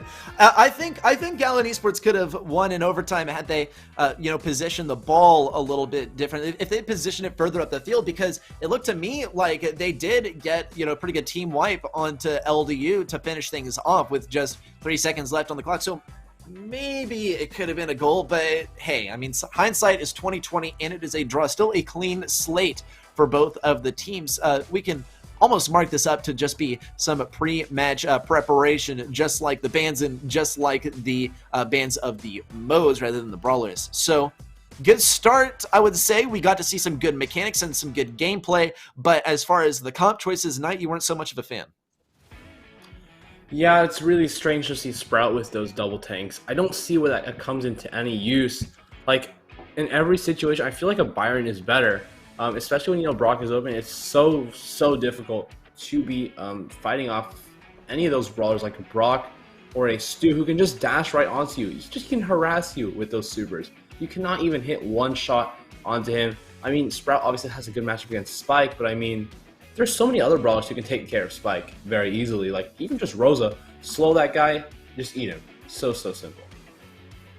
Yeah, and another thing is, like, LDU, they would have had a good matchup on Sprout versus Stu had Stu not been running breakthrough, and of course the first star power as well. That is like the anti-thrower combo. It's like the anti-thrower special. So not super great from both sides, and I completely agree with you on the choice of 2 tanks plus Sprout, because Sprout is going to be kind of shutting off those lanes, right, that you'll want to be walking up. Now, can get a good defense, but that's really about it, right? You're going to have some trouble, some struggles pushing out of your respawn without any healers to support you there. So yeah, a Byron I would definitely say would be a good accent, but I mean, if I were Gallant Esports, I would definitely be thinking exactly the same thing and now be considering some counters to that strategy. We got our next game coming up. Game number 1, part 2.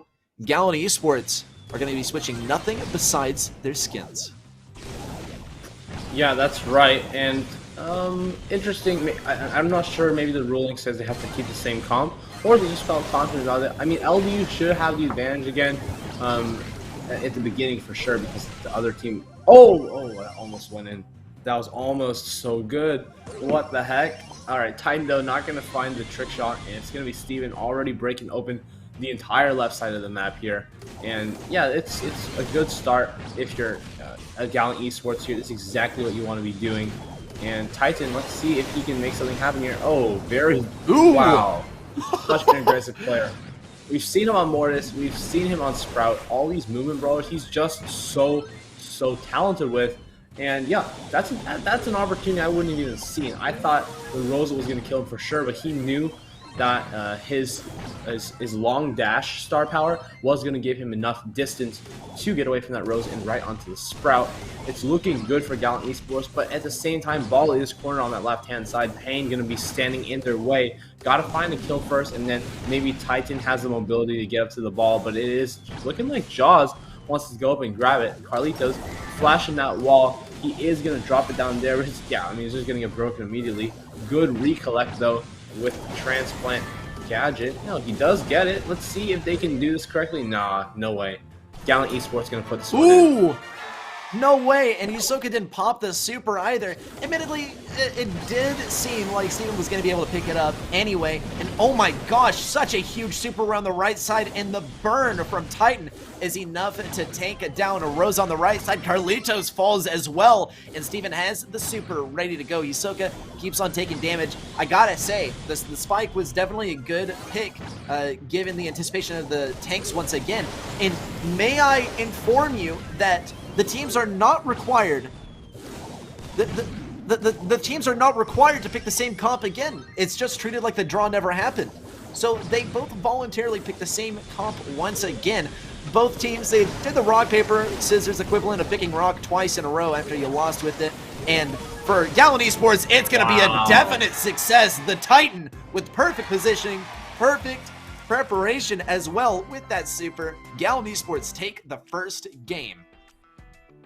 Yeah, that one goes right in. And yeah, those teams treat it like the draw never happened. But at the same time, I feel like they just went the same comps because they didn't want to go read the rule book. Teams often do that in comp where they just ready up with the same comp. They don't even care what the rule book says. They don't read it. They'd rather just deal with it again.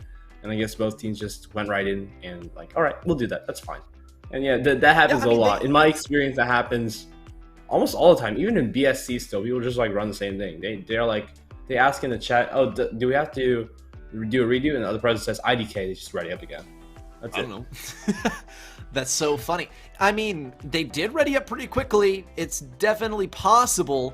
Though, here's a major difference from game number 1, part 1, I guess, is that Gallant Esports looked so much more put together than in game number 1. At the end, they were just playing defense, right? When they, maybe could have gone for a goal. And this last game, they completely blew LDU out of the water. So big stuff for Gallant. LDU, right? Not really much to say on their part because I don't feel like we've really gotten to see what they're made of, given that their comp, I mean, I think we both agreed it was a little bit dysfunctional. We weren't sure about the Sprout plus 2 tanks. Yeah, maybe they're just here for a good time, not a long time. As we've seen them run a lot of like stranger comps today. And we saw that it actually worked somewhat in that first game. They were able to stall it out because they kept a Sprout on the spike most of the time. And here, obviously, Gallant didn't let that happen. Changed up the matchup, and Sprout can't do anything against a spike. No, a Brock or a Stu. good start here for Gallant Esports. Taking the Brock pretty low.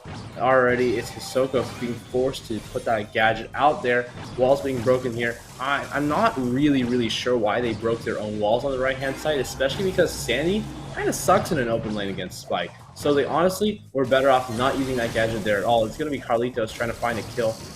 Nope, he doesn't get it, and it's going to fall to the stick around from Spike there. Oh, wow. And he takes out Brock, and without going down to the explosion radius, that's going to be Hisoka trying to find a kill on the Titan. So low, but traps are being placed all over the mid here. Steven finds the first wall break here while getting great collateral onto the Brock. And, oh, wow, another, so many shots being hit here from Steven. Absolute beast on the Brock. And it's actually like the Sandy is really holding this Ldu Esports team back, as they just can't find the super and are constantly feeding into this Spike in the bell. Yeah, well, there goes iPain, though. Fires off a couple shots. Both land directly in Jaws' face. And that is potentially going to allow Ldu to push into mid, but Knight, I completely agree. Carlitos is going to be struggling consistently as he's totally outranged, and just the act of dodging is going to require a lot of foresight and a lot of skill here. Carlitos, ooh, it does go down to the nest egg. This could be the goal. The Titan has that shield up. He can tank a shot from Brock as well, though Gallant Esports are not going to really overstep their boundaries here. They're playing cautiously. Titan could get this one in the goal. Pass over to the left side. Steven, though, is not able to recoup it. Gallant Esports are going to concede some mid space to LDU. Let's see if Jaws, though, is able to get good control. Looks like he is. Definitely the best brawler on Gallant to get good checking in that sandstorm. And Titan, does make a good effort, though probably the worst brawler to get some good bush checking or invisibility checking on the roster. Yeah, and it looks like with 15 seconds left in regulation, it's going to be absolute pain for the side of Ldu Esports here, as they've got to run a Sandy in overtime. And yeah, Juan Carlos, a great poker player, and if you're not, if your teammates don't let you play poker, you got to play Sandy. It's not going to work out for them, though. Gallant Esports, they do take this first set of Brawl Ball, our first Brawl Ball set of the day, and it was a good one. It was definitely a good one. I mean, it's kind of like we got a full set, right? We got 3 games.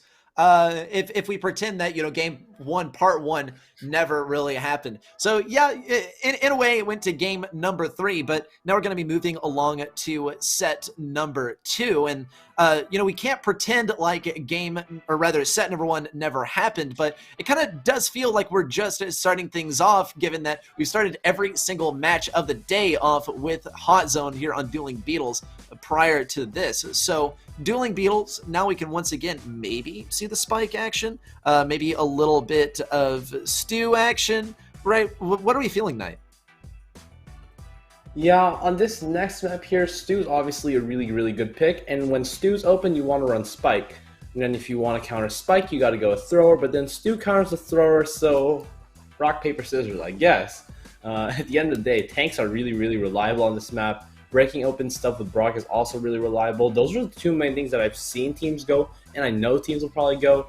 Yeah, you either break it open, or you go the tanks. Or you go third option, which is a comp that is not option 1 or 2, in which case you also just lose. So, not a whole lot of cases here on Dueling Beetles. It's a one zone map. There's not a whole lot to it. It's not rocket science. At the same time, I hope maybe we can see some grift, because I just want to see the cashbacks going one after the other, and just wiping out teams. It's so satisfying. It is so satisfying, and you see it in comp too, right? Where you don't often see such big plays, because for those big plays to be set up, you do often, or more often than not, rely on misplays from your enemy. But Griff, doesn't really require that. It just requires your enemies to be in the spot they would usually be in, right? At a respectable distance from you, try not to feed you super, and then, okay, here comes the super, and one, right? 1, 2, 3, one after the other. It's a beautiful sight. I completely agree, and I want to see the Griff Ballet. Something tells me that we won't be seeing it, but I can definitely remain hopeful that we will. It's also going to be a good way to deal with brawlers that get all up in your face. Mortis, to name one specifically, Gallant Esports, they maybe could be inclined to play a Mort here, given that they did play into a Sprout on game number 1 and game number 1 part 2. So those are kind of our options here, though something that we also saw in a previous match today was the B and Brock and Colt strategy, and then we saw, a bit of a move away from the Colt, but still retaining the Brock and the B. Yeah, a lot of these teams want to hold on to the Brock and the B. Those are obviously your two strongest sharpshooters, right next to Bell, right next to Byron. Those are just solid options overall. It really comes down to preference at the end of the day, but B is the best for tanks, and Bell and Byron are just better for general sharpshooting. Colt kind of sucks, honestly. He just doesn't do a whole lot. Even though he has longer range, who cares if you have longer range if you can't hit a single shot? It's so hard to hit like 5 bullets in a row on any player who's worth their salt. And yeah, it's just difficult. So we can see like Brock, Bell, Griff combos. I mean, Griff is good against like Pam, Mortis, Poco, all those options. Let's take a look. It is going to be a B, Brock, and Bell here from Gallant. Nothing too crazy. Wall breaks down for both teams. Oh, and it's going to be Juan Carlos running the Crow. It's going to be a little bit difficult for him to get a ton of value here, but if I know him, he's a really good Crow player, and he'll probably find a way to dodge those shots and get up into the enemy's faces. Interesting stuff. It does look like a good start for LDU as they're pushing on to this point, that they are down a member. Gallant Esports are going to be taking advantage of that, pushing up around the left side. Steven is going to go for that speed zone gadget as well. And Steven and Titan will be getting a big pinch on iPain. Down goes iPain, and up goes the percentage for Gallant Esports as they now eclipse LDU's capture percentage. I want to talk about the lane matchup as well on the right side. Ooh, Jaws does get slowed down and taken down. Perhaps we'll get to see the lane matchup with the lane switch up later on, but for now, it does look optimal for Gallant as they recover Jaws, and he's able to once again retain the right side. Yeah, Jaws pushing up, holding the chunky shot in hand, finds a tap onto the Crow, and yeah, it's looking good as the 10% lead increases, goes up to 20%. Titan, oh, what the heck was that bell mark? It went right into the oblivion, but they are all over this zone here. It seems like the Crow can never find a super, but until he finds a super, he won't be able to go in and get any kills from jumping in on an enemy. Ooh, and a big shot from Jaws to take down Carlitos, and Steven will be taking up the mid control. Is going to dodge out a lot of damage from Steven, but ends up falling to Crow and Bell instead. LDU trying to close the gap here, but it is going to be a tough one. iPain now pushing forward. Titan's going to take so much damage, and iPain has gotten all the way on the back lane, and this is where he's going to cause a lot of mayhem. Does stick around a little bit of a more backed up situation, though. The Titan's still looking for a shot over here. Meanwhile, LDU racking up these percentage points. Big damage amp on Hisoka. Gallant Esports eclipse LDU once again. They just got to stay alive, and they can secure this win. Yeah, it's all up to Carlitos. Can he get a team wipe with the Crow super? That's a silly question to ask. Of course you can with the Crow. And yeah, 10% left here for Gallant to get. But if they can knock LDU out of this zone, they've basically got it. 20 seconds left in regulation. Time is now of the essence as well. Time is ticking down, but the percentage is also ticking up for LDU Esports. And to prevent Gallant Esports from going to that match point at the last second, a great turnaround.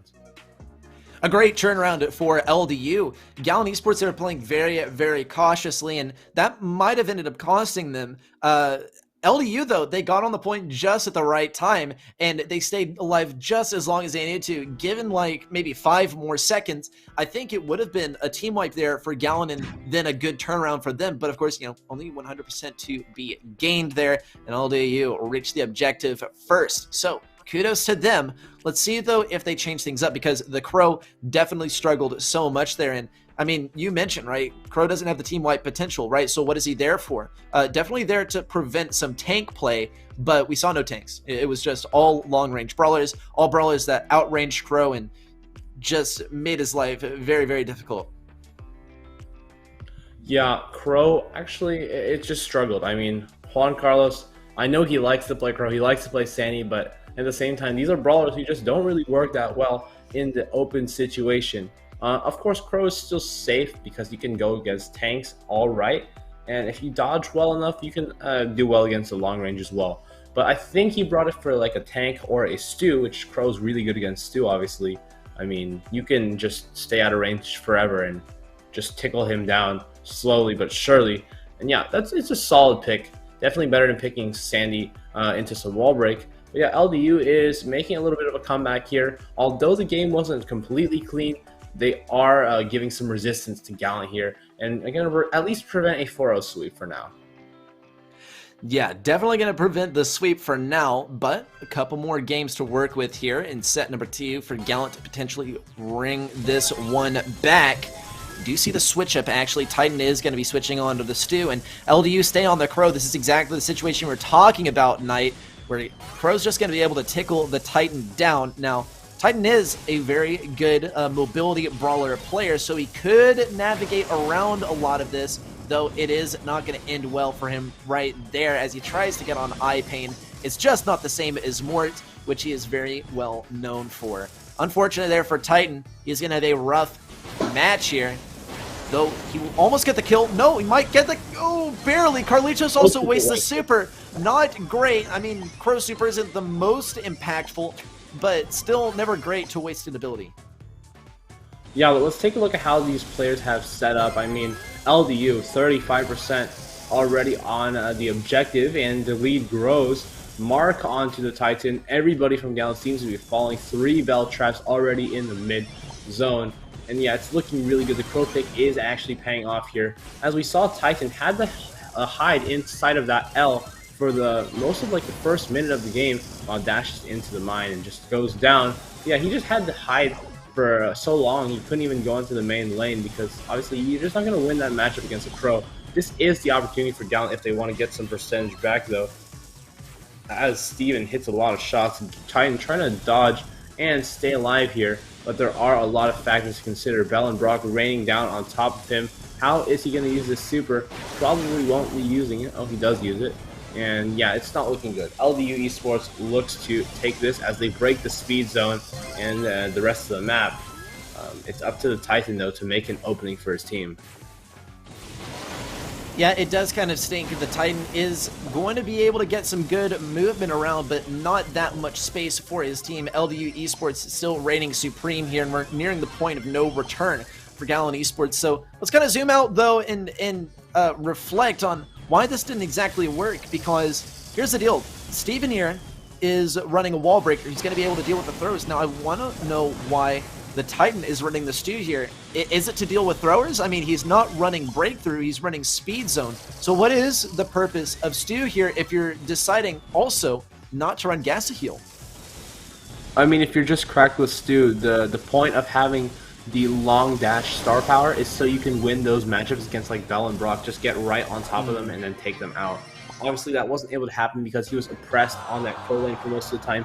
And that's a little bit of an error within how these teams work together, because they had to keep the Stu off of that Crow side, actually. All they had to do was switch a Brock or a Bell onto that Stu. It's so easy for a Bell or a Brock to kill a Crow. And we know that. And Stu being on the other lane, just at least trying to switch it up.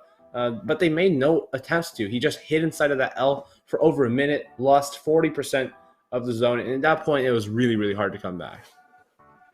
Yeah, and they did make, you know, a decent comeback, but it wasn't anywhere near to winning, right? And I'm just as surprised as you, Knight, as well, on the lack of lane switch ups there, because in game number 1, I, you know, immediately off the beginning of the game, I was thinking these lane matchups, these lane switches are just totally on point.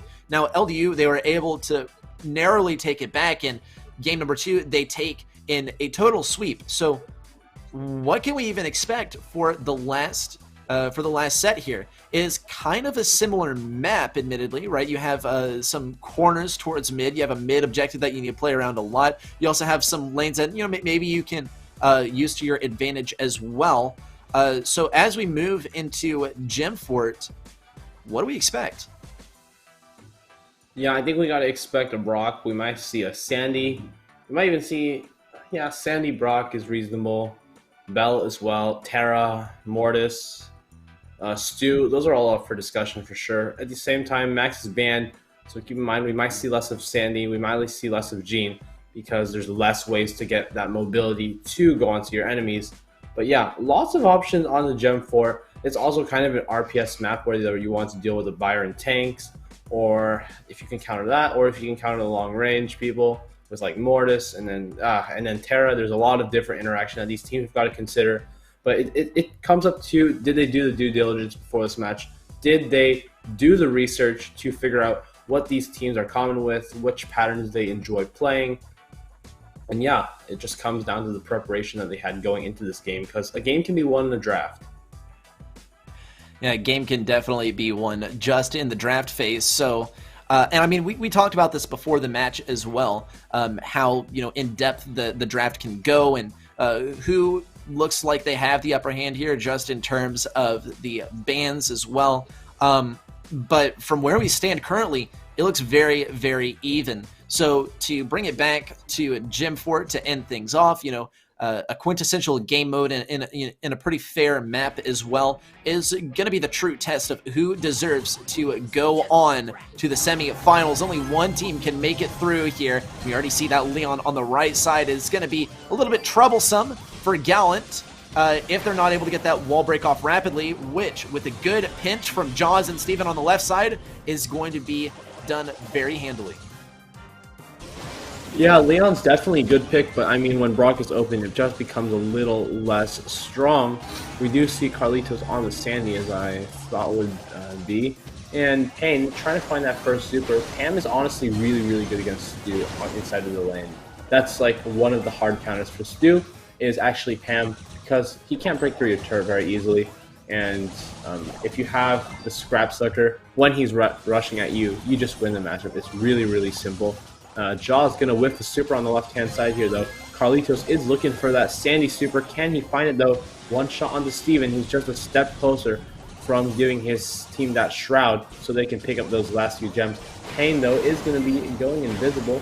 Can he find the kill, though? No, as Titan stays alive. Now it's going to be Gallant firing back as they find the last few kills here. Scrap Sucker onto the Stu, going to force him to hold back just a little bit. Jaws, another missed super, unfortunately, but Gallant gotta try to stay in this one, because LDU only needs a couple more gems, and with 2 on the field, they can be closing this one in real soon. Keep in mind, there is a gem on the right side.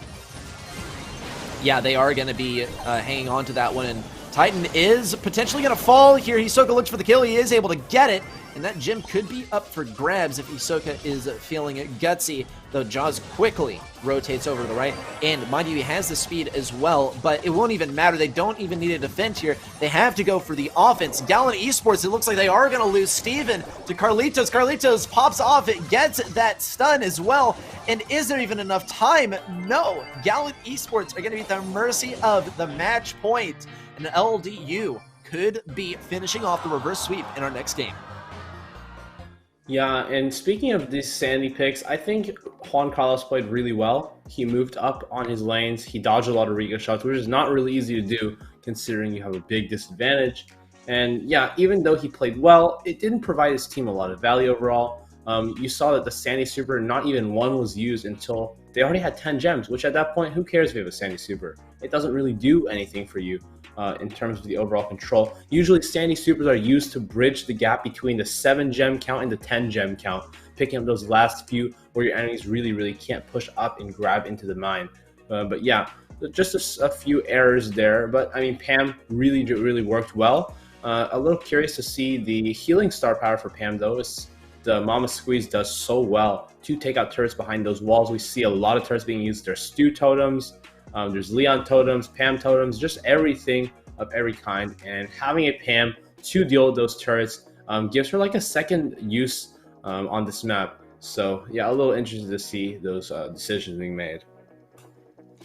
Yeah, it is certainly interesting. I mean, as far as decisions, right, that I don't necessarily agree with, right? I wonder if we should have seen the Stu in there, right? Because Stu is definitely a big risk. He wasn't able to do too much. It would have been useful to deal with like a thrower or something, but with Mortis in play, I don't know if that is going to be like a strong possibility that we see any sort of thrower action. Now, Another thing is Tara is such a popular pick on the lane that Stu is still going to struggle, right, provided that Tara does show up. Now, you can't get the lane switch up, but even then, like, you know, the other lane was Rico, and Rico, to start things off, is going to struggle getting through those shades as well. So I'm hoping that Gallant Esports are able to bring this one to a 1-1 in set number 3. Is definitely the show that we came here for, was an even one. Is definitely one that we were expecting coming into this. So it's gonna have to take a little bit more, you know, consideration of what could LDU possibly be running. It seemed like the Pam really did mess up Gallant Esports in the last game. Yeah, and this is a really close set, as we've said. And I mean, a reverse sweep in this last set here is still possible for Gallant, but more so towards the favor of LDU, as they're just playing this really well. I mean, let's take a look at the comps, because, it is a full swish from Gallant as they basically steal the other's comp. I mean, hey, Yoink. If you can't beat it, join them. I don't know the exact quote, but I think I almost know it. I think is if you can't beat them, join them, right? That might be the phrase. Someone correct us. Let's see, though, if the correction made by Gallant seems to be as impactful as they were hoping. LDU already are going to be falling back pretty far on the right side, but just the same, Gallant Esports will have to retreat into this lollipop drop. Jaws does look for the win over here. Big jump. The Titan will barely stay alive thanks to that turret, but quickly gets shut down by iPain. Predictable positioning is key to Pain getting that kill. Titan is back, though, and he's not very pleased. He's going to be going on a lane with iPain, or perhaps on a mid, or perhaps he will be disappearing entirely, though iPain does manage to get a couple of shots. Wow, completely shuts down the Titan on the right side. Good control for LDU as we enter the mid game. Yeah, really smart crow pick here from Juan Carlos, as he just finds tons of value onto the Pam. Also reduces like the Leon's Invisi-heal, which is like a small but big thing when you're actually trying to heal up and then get back into the fight more quickly. You just can't do that. And yeah, speaking of the star powers here, I mean, both teams are running the Mammoth Hug, which I think is the healing star power for Pam, which doesn't make a lot of sense. Just if you had Mammoth Squeeze, you can take out the enemy turret basically for free. You just place it over the wall and it will eat it down. And none of the teams are making that call, which I'm very confused about, because in my opinion, the Mammoth Squeeze is by far the better star power, and this one's like, it's not even close how much better it is, especially when there's so many totems to play. But regardless, it is 8-2, 9 gems here, as a Scrap Sucker comes down onto Jaws. Jaws has got to wait before he picks up this last gem, but he does find it. Gem in the back, though, is going to be dropped from the Titan, resetting this countdown. Now it is Vatra with actually 10 gems, because they technically have a gem in the back. But I like what they're doing by saving it, because they know they have to pick up one more gem in the middle regardless. So saving that gem in the back may help for the opponent to maybe just forget it. It doesn't matter, though. They've got 20 gems on their side. Titan's going to try to go invis, but LDU seems to have this game locked up. 8 seconds left. I hope I didn't give them the Caster's Curse, as they're going to be moving on to the semifinals probably. And there are the spins from LDU. Unfortunate there for Gallant after such a strong start. LDU reigns supreme. They almost made it work, Gallant with stealing the comp from the enemy side, but it just didn't work out. They were forced to make some very, very aggressive and risky plays at mid, and that ended up mounting to their demise in the final game. So kudos to LDU for advancing to the semifinals. This is where the cash prizes are guaranteed. So already our teams are securing some cash money. Let's see exactly who those teams were as we get our bracket up for your viewing pleasure. All right, taking a look at the bracket, Tribe has gone through America Gallant Esports. I mean, I can't say I'm too surprised about that. Tribe going to be in the semifinal up against Revenge Tour. Obviously, another really great team. We've seen them a lot recently, and I wouldn't be surprised to see them in the finals. It's really just a toss-up at this point. West Coast versus LDU. This one could be very close as well. Yeah, so many good games coming up, and yeah, you won't want to miss them for sure. Yeah, I mean, you will not want to miss him at all. So make sure you have the energy to spectate these next few matches, because they are going to, probably keep you on the edge of your seat. So get up, stretch, get some water, and make sure you join us in just a few minutes. We're going to be getting into the semifinals.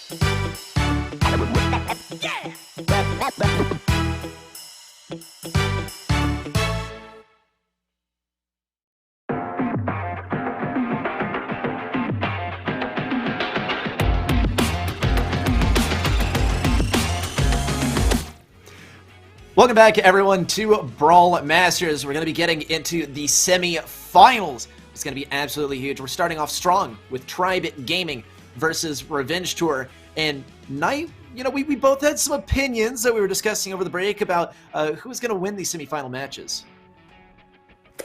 Yeah, I think this Tribe versus Revenge Tour one is kind of a toss-up. I think I would predict Tribe here, though. On the other hand, West Coast versus LDU. I think I would give that one to West Coast, and I'll save my finals predictions if those are correct. I'll save that. Yeah. Well, some predictions for the semi-finals. I completely agree with you, Knight. Let's see if those hold true or whether we're proven wrong. We already got those mode selections and bans flying through. Gym Grab and Brawl Ball bans, definitely out of the ordinary for Tribe Gaming, already mixing things up.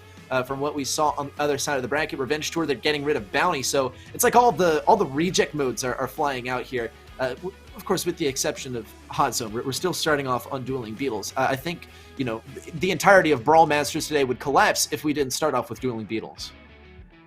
Absolutely, I don't think any teams have any issues with Dueling Beetles. It's not a crazy map. It's very, very cut and dry. As we said before, there's only so many strategies you can run here. It relies a lot on the mechanics of your players being able to fight from a long range. And yeah, there's not a whole lot to the map. Just shoot the enemies, hit more shots, you win.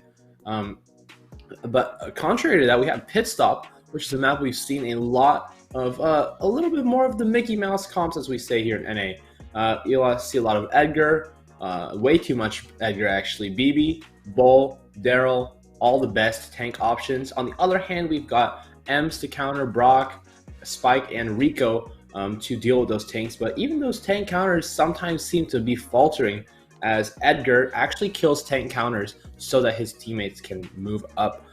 Definitely excited to see Edgar. You know how I am. Dueling Beetles, though, is our first map.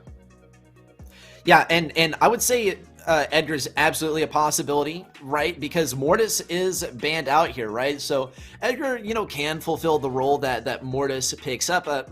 Now, don't get me wrong, right? Not on Pit Stop. I think Mortis on Heist is kind of a new one to explore. I think even Mortis on Siege for a while was a bit of a stretch, and I would say that is, you know, maybe a little bit of what the Mortis ban is targeted at.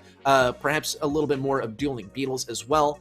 But Pit Stop, yeah, definitely one that we were anticipating to see some Edgar action. And you said Mickey Mouse, right? Maybe some tanks in here. But bring it back to Dueling Beetles to start things off. No Brock available, no Buzz available either.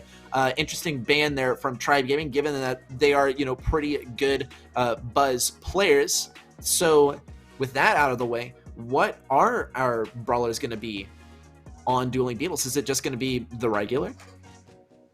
Yeah, I think we're going to see Bell. We might see some throwers because Brock is banned, of course.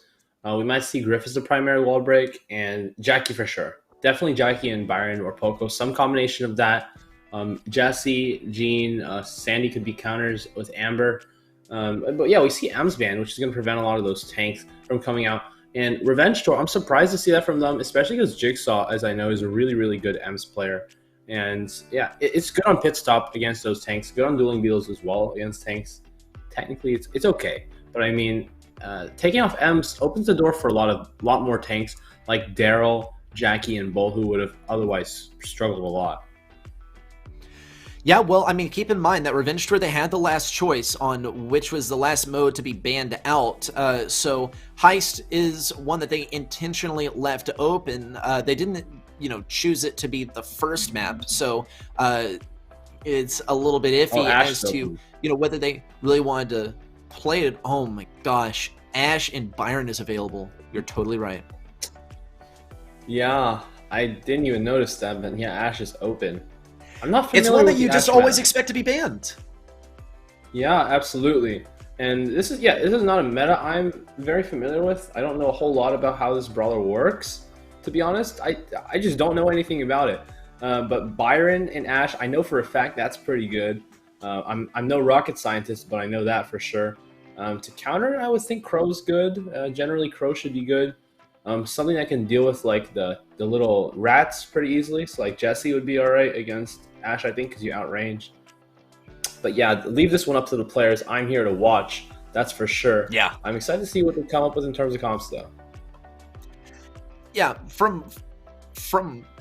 okay, so a little bit of news. Game number 1 already in the books. Tribe taking the Double U. So we'll be getting into game number 2 very shortly. And you know, this is let's talk about you know, the possibility of Ash and what we can do to counter him. Knight, you weren't so sure. I'm not so sure either. Ash always gives me so much trouble when I play personally, but you know, to quote some you know, I guess unnamed pro players here, just from what I've heard, is in order to deal with Ash, you kind of do have to focus your entire team composition around taking him out, because he is just such an unstoppable force of nature, especially when you combine him with a healer. He's able to heal himself. He has ridiculous speed. He gets great damage that ramps up as he takes even more damage. Those rats are great for taking out single target brawlers. So he is a really, really tough one to deal with. He's a tough nut to crack, and he's one that you do have to center your comp around in order to counter. So this could be like the bait and switch, right?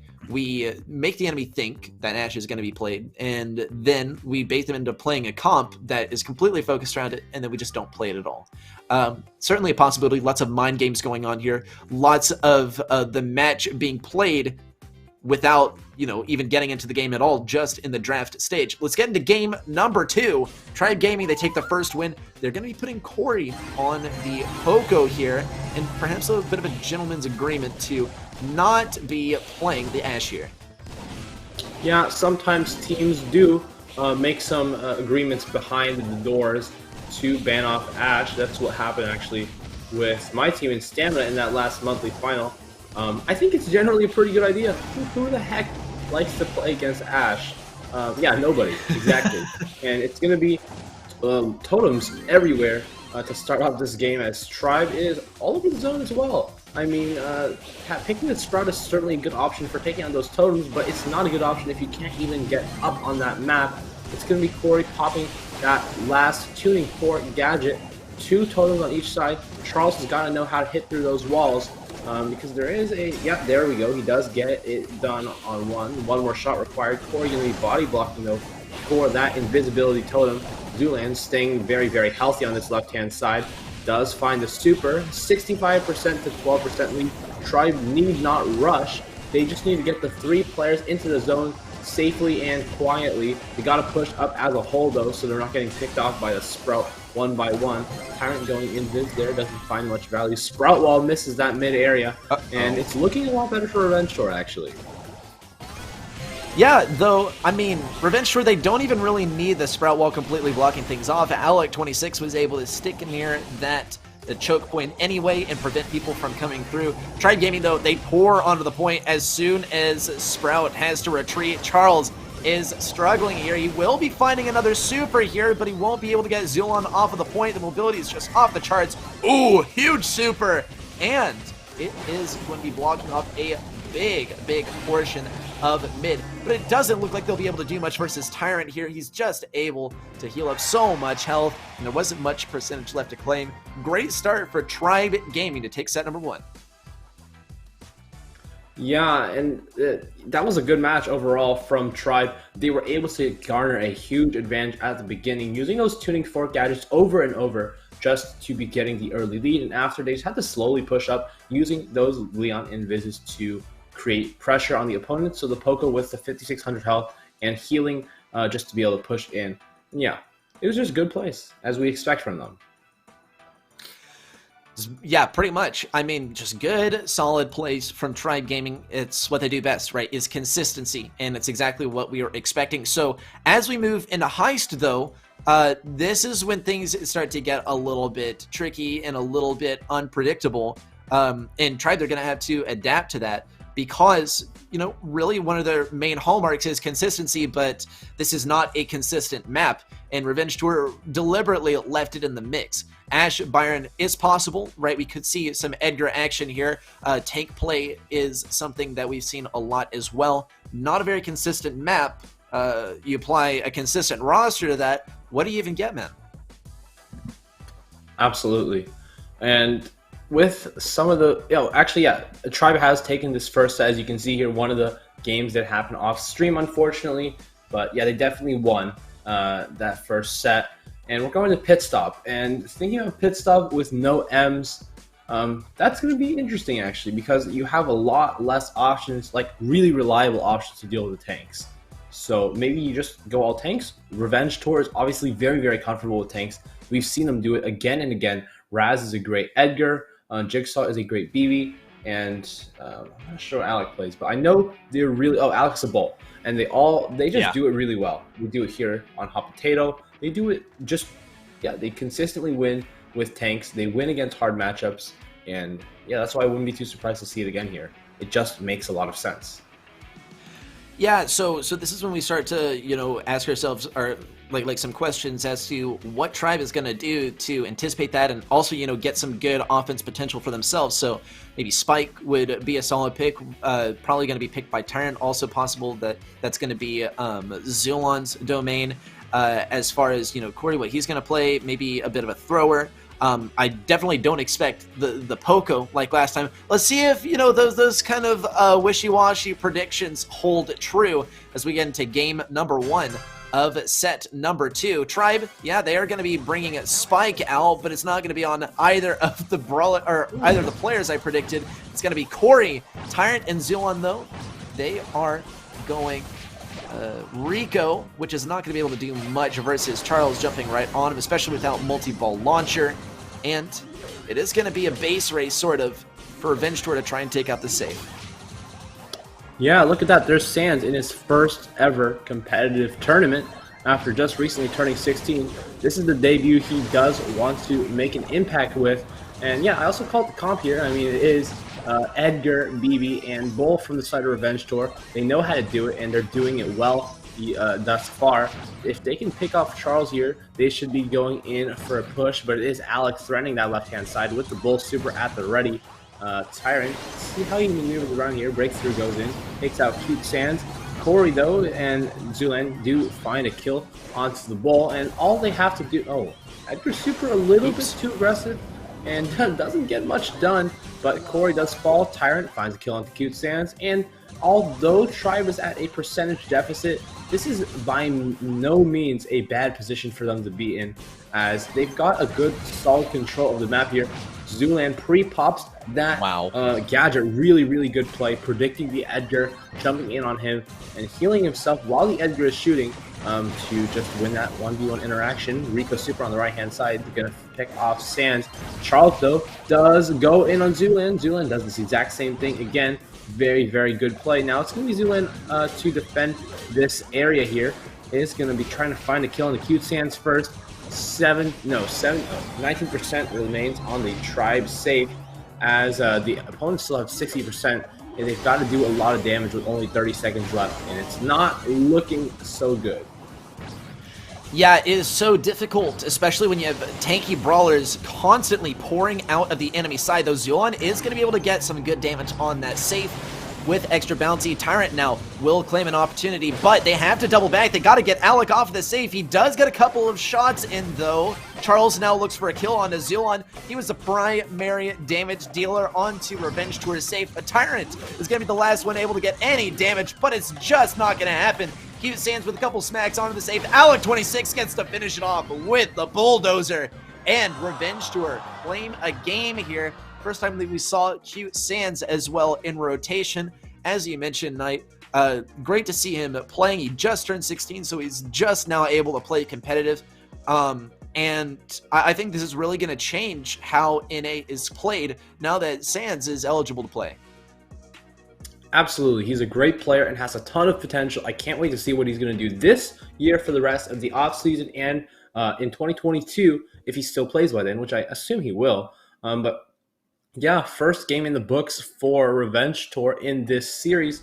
Pit Stop, obviously one of their really, really good maps. Tribe needs to make some adjustment in terms of the comps. Obviously, they're not slackers when it comes to tanks either. They're pretty good with those brawlers. And if you're a Tribe right here, you might want to be picking up the Primo, because Primo is just really good against BB, against Edgar. Maybe not so much Bull, but you can really just defeat Edgar and BB pretty easily with Primo. He's a big boy, he can get on the safe. Yeah, that's what it's all about. And, you know, you can get some wall break if you need it for your teammates, so that can open up some opportunities. He farms a super up for free anyway, so it's not too much of an issue. He's played as a counter to the brawlers that are, you know, coming towards you. You don't have to march your way towards them so much. So Primo definitely would be a strong pick, especially because it's so predictable that Revenge Tour are going to be playing the tanks here. There's nothing else that they would be playing, especially when they ban out ends, right? That's pretty much a dead giveaway. Nothing else would work. It certainly didn't work for Tribe. So with that noted, Primo, right? But do we still remain with the Ricochet, and do we still remain with the Spike? Yeah, Rico and Spike are good options, but Spike, you can make a small adjustment actually. You change that gadget to Life Plant to the popping pincushion. It allows you to put more pressure on the safe. They can't actually leave you alone, which before they could, and then out DPS you. And the Life Plant doesn't make that much value against tanks. And no, Ash wasn't courtesy banned. He is in play, and we're going to see him in full force here. Just being able to beat down Zulan in just a couple of seconds and making it look really easy. Alec now is on the safe. No bars charged though, so not going to do a significant amount of damage. Now it's Sam's going to be pinched out by Tyrant and Corey. Tribe is moving up on the safe, wall already broken in front there, so they're going to have a great opportunity to just rain damage onto the safe every time they have a little bit of control. Good start here for Revenge Tour in terms of percentage, but Tribe is looking to make it back. Zulan popping the bouncy castle. It gets a little bit of healing off, but wow, got a lot less healing than I actually expected him to. And Alec, Charles running down this left-hand side, just trying to get onto that safe after finding a couple of kills. Alec, though, is falling low. the rats do come out, and it's not going to do a whole lot. That's not going to do a whole lot, though it did save him from Zulon there, as Zulon super expired, and he was ready to fire off some of those normal shots into Alec. Here he goes, though. Alec is able to get that last shot on a Zulon, and Charles keeps him alive.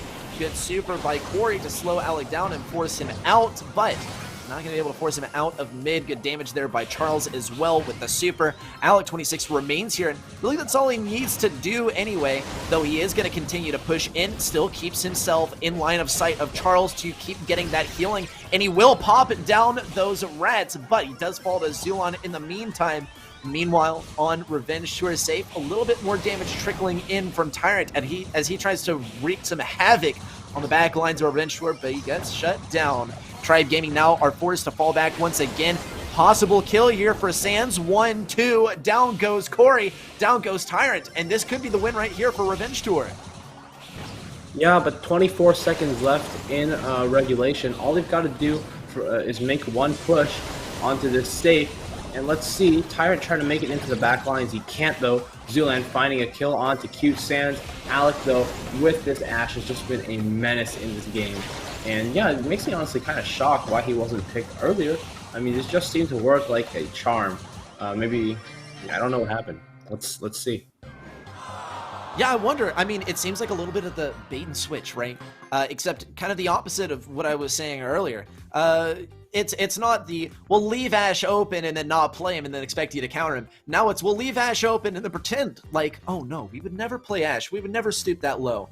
And then just go for him anyway, right? Anything for the bag. And it appears to be that way, as set number 3 is now on the horizon, with set number 2 going to Revenge Tour 1-1 here. The next game is going to yield a match point for someone, but the question is, who is it going to be? Moreover, a big question here on bot drop is, what are the comp choices going to be? Because it seems to fall down to that first bot to decide the pace of the entire rest of the game. Yeah, next game is coming up on Siege. And yeah, this is a map where it's more open, probably more favored towards Tribe, as they do enjoy playing those long-range brawlers, and they're just mechanically very strong with it. Leon Totem, though, will be coming into play for sure. On the other hand, you got to find ways to deal with the Leon Totem. That can be a Sprout, and Brock he's not open, so, or is he? I'm not sure, but if you need to deal with the Leon Totem, you bring the Sprout. Honestly, you just got to bring the Sprout. If there's no Brock, if there is Brock, obviously you can break it. That's easy. Yeah, I mean, this is like an easy choice for Tribe to bring out the Sprout here. I mean, they got Corey, one of the best in the business, and Mortis is not in play. So he's very, very possible. Edgar, is not going to be super prevalent on this map. Another choice that I expect from Tribe Gaming, though, is definitely the Stu, right? Because Stu has, made a pretty good show on this map, and, they're running the speed gadget as well. And we saw Tyrant seriously messing up Revenge Tour on the back lines with Stu in the last game. I mean, now let's also say, though, that Heist is not so much a control-based mode as it is just get damage on the safe and be tanky and unload havoc onto the enemy side. So now that we're on a more control-based mode, and we've seen what can be done with the Stu in terms of making out a good area of control for yourself, I'd say that's, a pretty solid pick for Tribe Gaming. No doubt something that Revenge Tour is expecting it will be maybe doing something to counter. Yeah, that's right. Bot drop, a lot of standard comps, but at the end of the day, we're going to see Bell. I mean, Bell with the mark on that Siege bot. It's unstoppable. That's the most reliable way to make a defense. There's a lot of good ways to make good Siege defenses, but all of them require a great deal of skill. Bell, on the other hand, not so much. Just got to hit 5 shots in the regular bolt collection time, and you can just toss the mark on. That's problem solved. Very, very easy. Problem solved. Let's see if it's very easy, though. We're moving into game number 1. And do you even seen the bell? I hear a bell pin on the opposite side of the arena. It's going to be Alec 26. And he's combining with Leon here. In fact, same idea from Tribe Gaming, except they got Corey on that Piper, and it is going to work pretty well to get rid of Sans. Let's see, though, if Tyrant and Corey are able to get the pinch on Alec. Not quite, but they do net themselves the bolt lead here. Charles, no, never mind. not a Bolt lead. That Bolt is not going to be banked fast enough, and it's not going to come down to the first siege in this game of bot drop. In fact, it looks like it could be Revenge Tour to take this early game lead here. Great invis there by Sans to get rid of the lollipop drop. That's a massive, massive advantage lost there by Corey and the remainder of Tribe Gaming. Revenge Tour and Tribe are tied up very, very closely here on bot drop for the second siege. That's right. Good first interactions here from Revenge Tour as they find a way to win this technical first bot, but second siege series. And if you're Tribe here, you're actually not too concerned as long as you can find a way to defend this bot here, not take a whole lot of damage. Just defend it, you should be winning. But that's the hard part is the defense, because you don't have a Bell. You have a Piper, and you have a Crow, and you have a Leon. Those brawlers are not exactly known for their high DPS. Corey unfortunately had to waste a homemade recipe on the bot, it looks like there. That's not ideal, but a slow from Tyrant is going to nullify the bot. 5% on the safe, and with a 9 Bolt deficit is Revenge Tour. That's not the situation you want to be in. If you're Tribe now, you just need to pick up 1 Bolt. Maybe you don't even need to pick up 1 Bolt. But we just gotta see how fast Revenge Tour can pick these bolts up. 1, 2, 3, 4, 5 gets thrown into the bank. 9 seconds left. Can they get it? Zulan takes a bolt, and that's gonna be Tribe winning this last siege and possibly the game. Just 5% needs to go in the safe. It's not that much to ask for, as the Bell doesn't have a tag. Yeah, but Charles does have the slow onto the bot, and there's a nest egg as well. But I see a sneaky Leon around the right side. Zeolan's getting ready to go in for the push, but it's not even necessary. That bot is getting to get on that Ike. Tyrant gets some damage on the save, and Tribe Gaming melt this thing down. Revenge Tour, as close as they were to claiming a match point for themselves, they weren't able to capitalize on that second siege, and Tribe Gaming did exactly that. It's a diff here for me, and of course for Revenge Tour, is they're having to face up against the match point versus Tribe Gaming. Yep, that's right.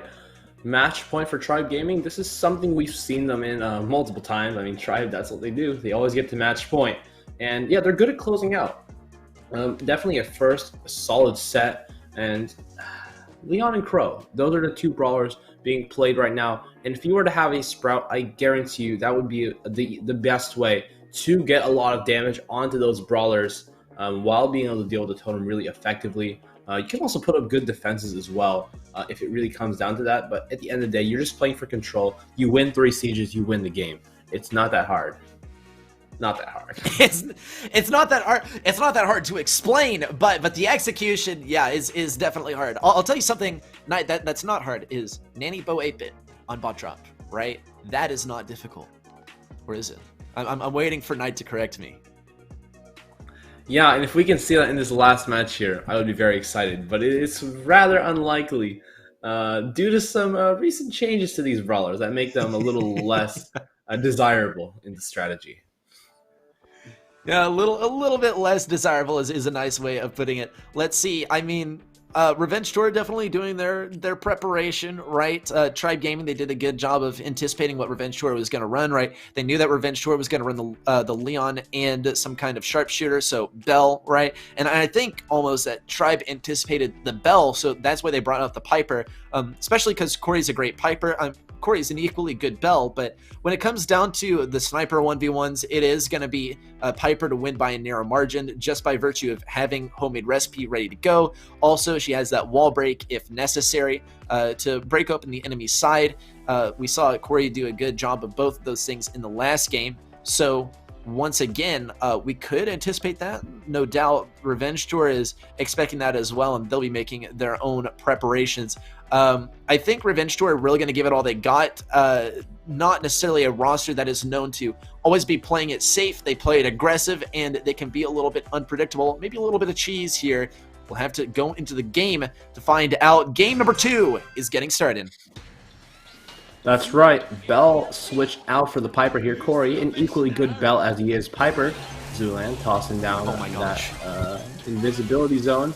And it is, protective tunes and the Ash here. That's a very, very interesting but intelligent set of picks here from Revenge Tour. Let's see if it pays off. It doesn't seem to be paying off so far, as the Crow Slow was popped after the first protective tunes was used, actually. So that's just unfortunate timing for Revenge Tour. Tag onto the Ashe. Ooh. That's actually one of the best ways you can deal with him, because it basically makes the healing 35% less effective on top of the Crow, which is already making the healing less effective. So the Byron's basically doing nothing, and the Ashe just melts away like a snowman. Another tag goes on him. Ashe is trying to sneak onto his left-hand side, but he really doesn't have the range to snipe them out from that left-hand side. He needs to reveal himself. And when he reveals himself, he is just going to get eaten up by Tyrant and Corey.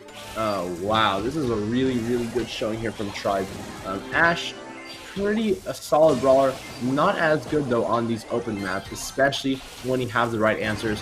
15 bolts being banked, and that lead just increases. If you're Revenge Tour now, you need a few bolts, but they couldn't even pick up a few. And it's going to be a tie bolts with Tribe Gaming on the current bot.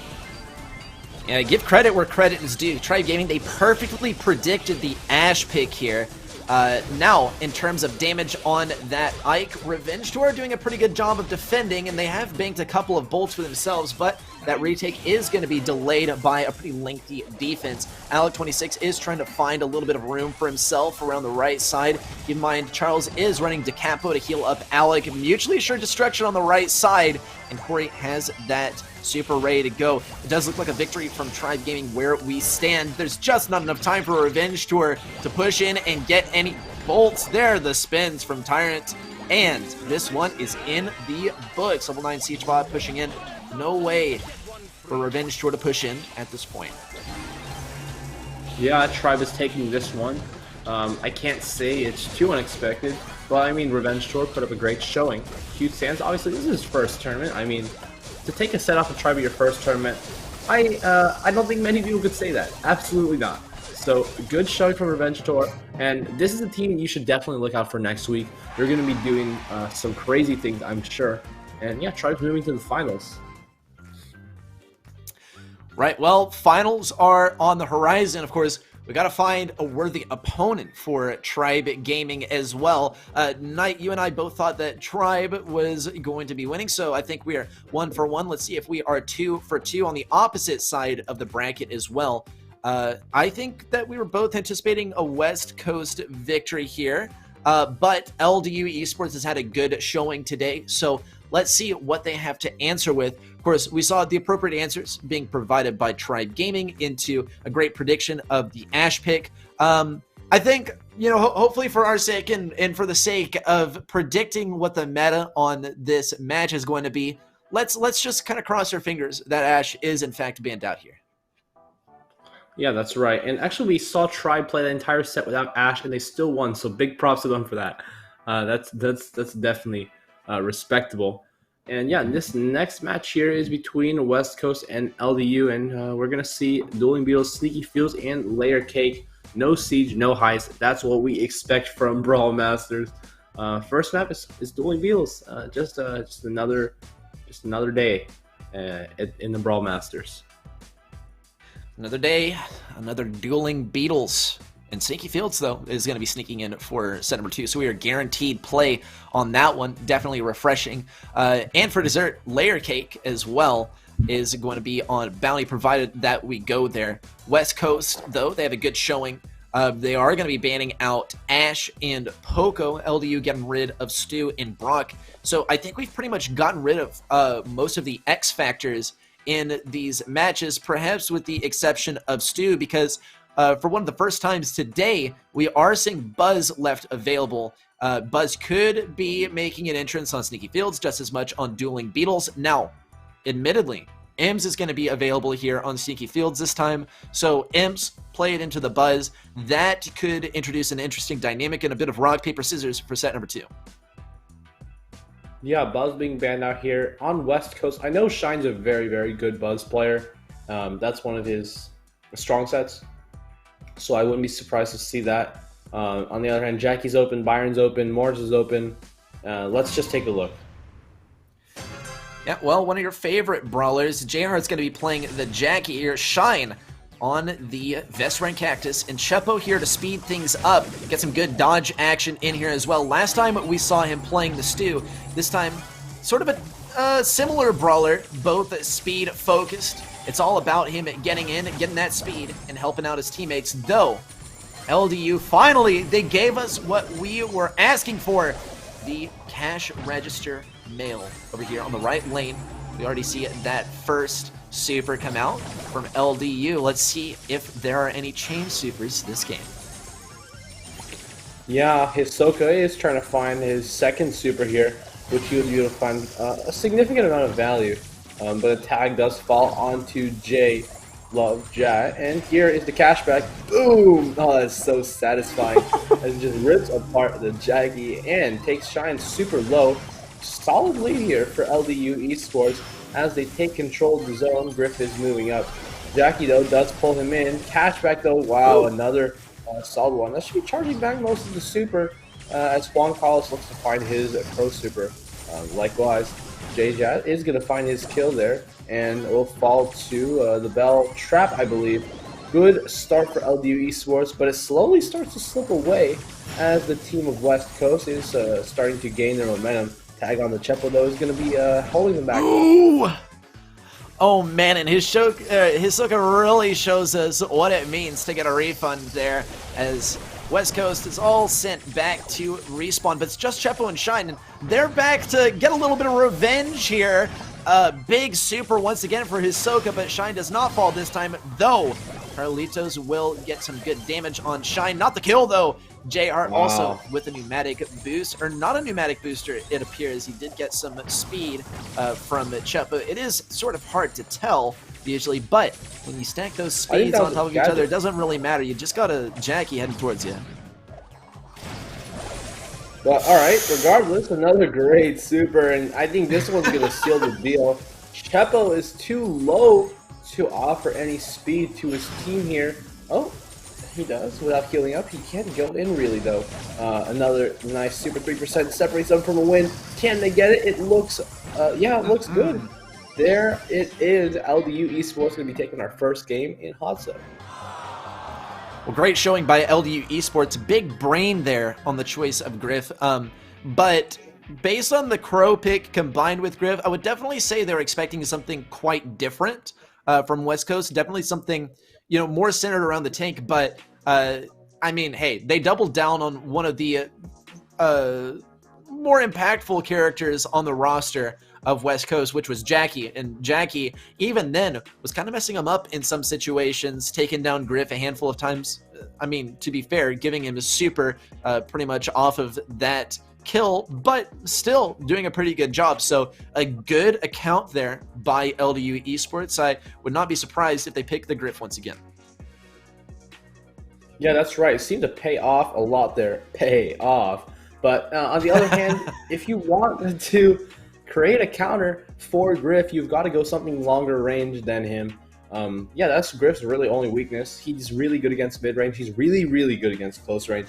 But when he's against like a brawler like Bell, or like a brawler who can aggro him, like actually he's usually good against aggros, but Buzz is one he kind of struggles against because of the stun factor. And that's a good way to counter him. And yeah, I think Byron is also good against Griff. There's just generally, there's easy ways to counter him, and these teams have to identify that.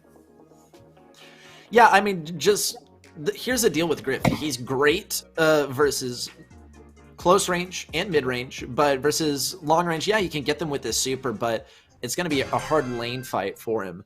West Coast, though, they're not going to shy away from the Griff picks, but they are not going to be picking the Jackie this time, so we'll see what that introduces. Shine is going to be on that Surge, though, and Shine definitely had a good showing versus STMN on this brawler, so we can expect something similar. He does want to be careful, though. He's going to have to go for the close range fight. Does take advantage of a little bit of aggression, but he does quickly go down. Just a couple shots for him, just one more in order to get that super. Big gadget there, but Chepo is still going to be using that single wall to his advantage. There's the last shot for Shiny. He gets his super, but yeah, I mean, this is still pretty dominating by LDU, though. West Coast, they take it back. Yeah, I mean, a lot of the success of a game honestly rides on how quickly you can find that first Surge Super, and Shine having to expend. He's already expended all of his teleports to only be at level 2. Actually, now level 3. That's not ideal, honestly. And he's gonna have to keep up this level 3 because it's gonna be hard to get it back if he does fall. It's now Juan Carlos with a good solid slow. Jumps right in onto J-Jat, but he's not gonna get. Oh, yes, he does find the kill with the help of Hisoka. Shine is going to level 4 here, and now it's gonna be up to Pain to be taking Shine out as he still does 3-shot. Shine with the speed though is gonna be moving up. No TPs again, so it's gonna be hard for him to actually like aggro, but he will play the long range game. Still doesn't outrange a Bell. And Ldu Esports slightly picking this lead back up. Carlitos staying alive with that crow, just doing such a great job dodging. Juan Carlos is such a underrated player, and Shine's back to level 2, tagged as well. This is a really bad situation for West Coast. Yeah, I think that might be a win condition. Seeing Shine go down with the level 4 and no super. He is going to stay on 1 health and is in mid-air. Ouch, he fell to the crow poison and used up the super. That is so unfortunate. He's going to really have to work for that next super. Admittedly, he does have the speed. He's going to go for it. He just needs 1, 2, 3 shots. There's 1, but that's all he's going to get. West Coast, though, they still do stay in the lead. Though Hisoka will stay alive over here on the right side. Ooh, not able to dodge those shots from J-Heart. West Coast really, really close to the victory here, and it looks like they're going to get it. Shine did struggle a little bit that time, and usually he is the standout player. He does actually manage to secure the star player as well. Did stumble a little bit towards the end, so his teammates were able to pick up the slack. Great teamwork there from West Coast. A great way for them to deal with the 2v3 that was entirely possible, provided that Shine ran out of teleports and wasn't able to get those follow-up supers. Yeah, that's right. A good showing from West Coast to make that comeback. I think it had a lot to do with the Spike actually just being able to fight a lot of these matchups against like a Griff really effectively. Had that life plant there just to soak up those Crow shots. Just a good brawler against Crow and Griff. And Jay Hart did just a really good job there. And Chepo, obviously, he's great with Max. He does what he does. He just gives them supers and wins lane. Win lane, win game. Very easy. Easy in concept is what they say, right? But win lane, win. I mean, I got a lot of good strategies here. I mean, I like personally like skin to win, right? I also like pin to win, right? You hit him with a spin and the protesto, and that interrupts their momentum. Pin to win. Be taking notes here, LDU. They are so close to taking this one, but equally so for West Coast, right? 1-1 here on dueling Beetles. Though, I mean, Sneaky Fields is possible, right? That we see the buzz. You remarked that Shine personally is a good buzz, so we could see that coming out. Imps is possible, right? And that's a good counter to buzz. So it is going to be a pretty back and forth match. We could maybe even see a 1-1 in set number 2 and set number 3 to match, but does come down for now to game number 3 of set number 1. Yeah, that's right. This first set is really important, especially in a semifinal. You really need to have the good momentum going forward. And against any of these teams, even the smallest of mistakes can set you back a set and set you back a game, which could be disastrous if they want a chance to make it into the finals and play against Tribe Gaming, who is pretty good at the video game. They're pretty good at the 4-button mobile game, let's be fair. But for now, we got to find a worthy opponent. And I would say both of these guys are worthy, but who is going to earn that right to face off against the Titans of NA, the record holders, as number 1 in the BSC. They'll be heading to the World Finals to make a splash, but for now, it's BrawlMSTRS. Shine is going to soak up loads of damage from Hisoka, but he will, seems, bite up a little bit more than he could chew, and not really securing any kills on that aggression. J-Heart tries to do the same. Chepo on the right side to match. Appears that LDU are not going to really mess with him as Shine once again steps up to the plate. Good use of the gadget. Carlitos with a jump out to avoid that damage does find himself in a 3v1 pinch. And good fight back. Good retaliation from Ldu Esports, but it has not gotten them really any percentage on the point. Yeah, I mean, it's 50% now to 8, which is a 40% lead.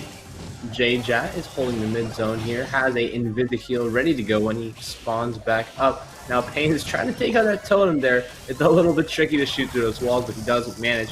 Bell tag goes to nowhere, unfortunately, and Jat needs to try to make some offense. Invisibility totem well placed there, and goes through the middle, goes to right to the crow. Carlitos trying to jump out. Nope, doesn't jump out, and Jat does fall. Only a 30% deficit here for Ldu Esports. Definitely still winnable. Hisoka gonna get some free healing off of Chepo, actually. What a nice guy helping him out. And Jat, all the way over to the right, is the invisibility totem. So he's got to maybe put one on the left here if he wants any value out of it. Oh, Chepo is using it now. Shine is tagged. Yeah, Chepo is going to have to pressure back iPain on the right side. Shine is going to struggle to stay in a good position to use that black portal if he's tagged up. And now he has lost the tag, inting there to get rid of it. And iPain is going to be forced off the right side. Here's a potential big play. iPain will fall. He does have that super ready to go, but it doesn't even matter. Chepo gets jumped on. Shine needs the kill. He does pick up the kill. Now it's Shine versus Hisoka. Hisoka's not going to be able to do anything with the life plant. In Ldu Esports, they do actually manage to stay on the point as well. Interesting lane switch over here as well. Shine pushing up on the right. Another black portal. Carlitos gets dragged towards the middle. West Coast could hit it off here, but the percentage is so close. There it is. West Coast taking your first set as they move one step closer to the finals. Ldu Esports put up a great showing, but it just wasn't enough. However, they can still make a comeback. I mean, this is a 3-set game. So Sneaky Field's going to be their opportunity to make a statement against West Coast. Let's see how they do it. Yeah, well, I think the statement needs to be more of like a response here to the Buzz play, because Buzz is open for Shine. It's open for the remainder of, the players in this match as well. But EMS is equally likely. So it's going to be a little bit of rock, paper, scissors action here. It's going to be a tough call as well. So we can really just sit and wait for these players to be ready. Unless, Knight, do you have any other predictions? I think one of these teams would run Jackie. I mean, Jackie's fairly reasonable. Sandy's really good as well. Sandy, Jackie, Griff? Spike, those are your good lanes. Your mid can be Byron, your mid can be B. I think Byron's the most reasonable. But it comes down to these teams' personal preference. I think Chepo might be running the max into the Byron, which is generally a pretty favorable matchup. Yeah, we just got to see what they decide here. Yeah, and another thing is, I'd say like Griff is possible because you're able to get some good wall break in there, and you're able to deal with tanks pretty well. So, I guess it's my contribution. Now, what do you think of the likelihood of Griff? Griff is... I don't think so. It doesn't work too well against Spike. Just doesn't do too good. And it doesn't work too well versus Buzz either, which is a strong possibility. Yeah, Buzz is really good here, but a little bit outclassed in terms of tanks because of Jackie. Before, it was really difficult to actually mess up the Buzz super with the Jackie super. Now it's just so easy. Like, yeah, just pop it. And the Buzz can't stun you, and he's closer to you, which Buzz versus Jackie in a 1v1. Especially when Jackie has a 50% shield, that's just not going to end out well. Yeah, not really. So, I mean, as our players are getting ready, no doubt they're investing a lot of time, a lot of preparation into their comp choices. Can't blame them, right? LDU, they are one game away from headed to the match point. This is, of course, the reality of best of 3. It gets very, very, very stressful after that first set is complete. And I mean, even when it's very telling that this is an even matchup, right? We went 2-1 in set number 1. Let's see how set number 2 plays out. West Coast, they are going to be bringing out the Daryl action here. Interesting. So the double tanks plus the max. Hisoka is going to be able to put up a good fight on the right side, though iPain with the slow as well. Has that killer be ready to go. Shine, though, is going to avoid both of the shots. Even with automatic B-load, it's not going to be able to hit him. And Shine now has the opportunity to go for the super, but he's not able to get onto Hisoka. Narrowly misses that crucial reflection to get the stun. J-Heart also trying to do something over here, but is outranged. Colt and B is looking strong. Yeah, Pam inside of the... Oh, wow. That is such an aggressive turret. and it is really, really strong. It's just hard to pass that. Shine trying to get a roll onto Folio, but it's just not gonna work. Colt, Pam, and B on top of 2 tanks. Everything is falling open. Oh, and he barely misses the opportunity there. Maybe a little bit of an over expenditure in terms of the silver bullet, but to be honest, it also plays an important role later on in this game. It'll open up more spots for them to actually score. I think Pam is just really strong. Pam is kind of underrated, honestly, and it should be paying off here, honestly. Not the most open map, but Pam does great into tanks that just rush at her. Ball is actually stuck in this little L shape on the top side of your screen here to the right. And it's going to be hard if West Coast wants to get to that ball. Obviously, if you're on the side of LDU, you want to be keeping that ball safe and sound over there until the clock ticks down to overtime, where you can basically just harass them. It's pretty cut and dry again. And yeah, Pam, B, and Colt in overtime versus a Max. Rosa and Daryl is a no-brainer on who's going to win. It is pretty much a no-brainer. 40 seconds remain. LDU Esports just have to hold until overtime. iPain has that super ready to go. Should West Coast try anything tricky? There's the slow on a Shine, but it doesn't even matter. He does get the roll forward. Carlitos shuts him down. There's a speed on to J-Heart, and he is going to be going straight for iPain. Now he's trapped between Hisoka and Carlitos. Does get shut down swiftly. Chepo, though, still lurks here on the right side. Lots of wall break there by Carlitos. Shine also looks for the next super. He will be charging it automatically, but hey, you know, a little bit of a boost on charging it won't hurt. He does have it ready to go for OT. West Coast have to be prepared for all these walls to break down. This is their really last chance unless they go for a draw here. Big roll on the left side. Shine is not going to be able to get the kill. Chepo wants some damage here. He does have the speed. JR almost gets that one in, but Hisoka blocks it. And LDU Esports have this goal set up for themselves. Yeah, not being able to secure it on that final push. Just a few misplays from West Coast, and a few inaccuracies are going to cost them here. Let's see if they can get try number 2 off, but it really relies on Chepo being able to find a super first. And he is going on the right side with the Colt. And Max, yeah, it's just waiting for the super. It takes so long to charge it now with that star power passively, so Chepo's really got to get it in there and hit some shots. Pain on the left-hand side. If he can find the kill here, he can access the ball, but otherwise it looks like West Coast is like playing for the draw, which, I mean, makes plenty of sense. Let's see if Hisoka can pass it out. Carlitos needs a super if he wants to be effective. 5 seconds left. Is it going to be a goal? Oh, no, not from a Daryl. No way!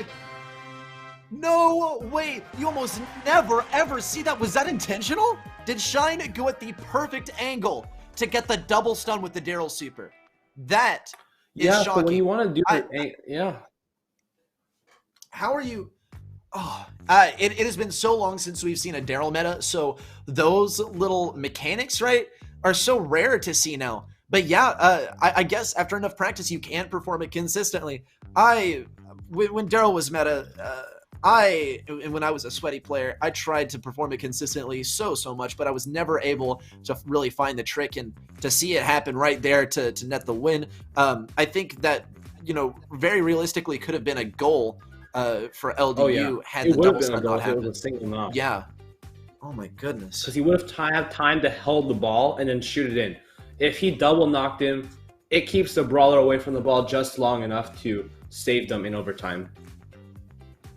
Really, really good play. Those are, again, small things that make a big difference. These are like the little micro plays that you can use to just win every single interaction. Let's go into our next game where West Coast is trying to find their match point. LDU obviously looking for a reverse sweep. Again, yeah, teams, what the heck? Chepo really aggressive into the bush. You love to see it. He really wants this win for sure. And yeah, they are going to be getting it, it looks like, because they're all over this ball. Cornering it, though, is LDU. Payne just holding things down with the honey molasses. Still, no sign of the mama squeeze from these teams. Shine gonna be rolling in. Let's see how much value he can get. Not too much. And yeah, as I said before, when these teams draw, they really just think that they have to keep the same thing or they're too lazy to think of something new. You just see it here. They ready right back up in no time. They have no concern in terms of the comp. Huge wow, there. They're running right through. That's it. Oh no! That's what we needed to see from West Coast. They weren't able to make it happen earlier because LDU did shut them down pretty early on with wall breaks in game number 1, part 1. And now that West Coast is going very, very aggressive, making sure to provide no openings for LDU to get those gadgets off, to get Silver Bullet, they are just steamrolling. Shine gets a big kill on the Carlitos on the right side. On the left, though, Hisoka will fall. iPain plops down the Honey Molasses, but it's just not enough to deal with Shine. Chepo is going to try and get Shine out of the situation and maybe stagger Carlitos a little bit here. Yeah, there's the recon, but Shine doesn't back away too much. He doesn't get hit by the super either. Does find the super into Hisoka, but maybe a little bit over aggressive there. He does fall, and West Coast is now going to have to play for a defense. Yeah, and earlier on that push, there was a little inaccuracy, which is the ball wasn't with them. And had the ball been with them, they might have been able to score that and end this one. But Shine finds a kill into the pan with a double roll. And Chepo is looking for another super because this Rosa is basically useless if she's just standing there. Gotta be able to run right up your enemy's lane and just beat them down. It's pretty simple what you do at Rosa, but you gotta dodge a lot of shots. Shine putting it into the safe spot here is in the L, which means Pain or Hisoka has to go rescue the ball. Shine, though, is holding the fort. Chepo, J-Jet, now going to be going in on the left-hand side. Hisoka trying to get the ball in, but it's just not possible. 10 seconds left. It looks like West Coast will be moving to match point as they fight for their spot in the finals against Tribe Gaming. And look at J-Hard and Chepo shooting at each other. These guys were such an amazing duo throughout the game. Chepo also working together with Shine. I mean, Chepo really, I think, you know, on record for saying that Shine is kind of the glue that holds this roster together, but Chepo in this situation was the glue that held the competition, or rather the composition together, right? Just the max play from Chepo, absolutely on point. LDU, they did put up a good fight, but they were kind of taken off guard by West Coast going so aggressive. I believe we even saw Chepo immediately like go for a gadget into mid right off the beginning of the game. Am I right on that? Yeah, actually, now that I think about it, it's a pretty solid play because you want to just be in the bush. If you're in the bush, you're able to find that first max super a lot easier. And once you find the first max super, your Rosa can find her super easier and you can find a goal. And there's just so much more you can do with that. And it's a very interesting play that I think it worked. And honestly, that might be something that other teams start to do as well. Just getting into that bush is really, really important, as we've seen in a lot of maps. And Sneaky Field is no exception. Yeah, let's also talk about the Colt here, right? Because he's kind of like a replacement for Brock. You know, you need someone with a free wall break, but Griff is also possible. So why the Colt here? I know you're not a big fan, Knight. Yeah, I mean, Colts, I don't know. It still feels like these guys are just playing what they like to play, not necessarily what is the best. They're here for a good time, not a long time. And Chepo gonna pop his first super. I'm not gonna find J-Jet in the super, unfortunately for him, but he does. Nope, he does not kill Carlitos on the left-hand side. Pain on the right is going to easily win a lane against Jackie. I'd be rather concerned if you can't kill Jackie as a Rico. But yeah, Pain's going to be holding this down really nicely now. And it's going to be up to Chepo again, as it's always been up to Chepo, to find a super that can rescue them from this disaster that is impending. J-Jet just trying to dodge shots against Pain here. But I mean, look, it's a Rosa against a Rico. What do you expect from him? You can't ask for a whole lot, as Pain is just... Yeah, Chepo pops the speed actually onto the Jackie. Triple slow here. This could be a team wipe. No, they're not going to be able to access the ball. Chepo, oh, beautiful plays. Just beautiful plays. Wow. Ball returns to its homeland in that tiny little open patch of grass in the middle. And Ldu Esports not able to get that goal. West Coast, though, here comes the speed. Shine sped in. Does have some evasive maneuvers ready to go. Doesn't even have to expend the super either. Now waits for that health to come back. Nope, never mind. Takes down the life plant first. Now looking for an opportunity to get a quick and cheeky kill with that super. Though it's not going to be given to him easily. slow there from Hisoka. Also, the Honey Molasses. Shine is able to take it out, so definitely a minor victory there on the right side. But LDU, they continue to press in. Slow onto Carlitos, though, is going to save them from scoring a goal. And West Coast can now push forward once again now that they've disposed of Carlitos. That's right, and Chepo, again, just waiting until they find a super. No reason for them to go on the aggressive until a super is found, and that's exactly what they do. J-Jat is in here, and wow, killing the pain actually from long distance as a max. That's pretty impressive. Carlitos now almost going to be the next on the fall, but a sticky trap there does hold J-Jat off for a second. Now we're going to overtime. It is going to be trouble for West Coast if they can't win in the initial seconds here. Shine, J-Jet, everybody in here. Oh no, and the super pass is ineffective, but who cares? They've got it. West Coast moving to the finals. That's it. And yeah, that's West Coast headed on to the finals.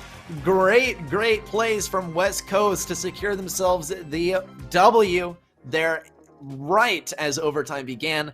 It's exactly what we need to see. Chepo had that super to go just at the right time. Proper evasive maneuvers, the right jukes, the right dodges there from West Coast. And yeah, West Coast is going to be the opponent for Tribe Gaming in the grand finals. So both of these teams have secured themselves some awesome cash prizes so far, but who's going to be taking home the big 1K for this qualifier? Let's take a look at the bracket to see how things have shaped up so far today in the competition. Of course, Tribe Gaming started their journey versus Scorpions Gaming NA, then versus America to Gallant Esports, then versus Revenge Tour. And here they are. West Coast, though, we watched them versus O.O, then versus STMN, and then versus LDU. And that has brought them all the way to the grand finals. Absolutely. All these teams, they've taken out a lot of the top teams in NA to reach this position. Let's talk about the path that West Coast had to go on. I mean, Stamina, Tribe, no, not Stamina. Stamina, O.O, and LDU to get here. And now they're up against Tribe. That is a stacked bracket. And if they can win it, I mean, hey, they deserve to be here, absolutely. Oh, yeah. I mean, it's just ridiculous. They go through so many very well-known teams and very decorated teams here in NA to get there, but now they're at the final boss. Tribe Gaming is the undisputed champion of NA. We'll see if Tribe is able to hang on to their title as the undisputed champion of NA and claim their points in the big 1K here in the grand finals. We're going to get a quick break and give our players a bit of a break. So make sure you get up, stretch, get some water, and we'll see you in a few minutes.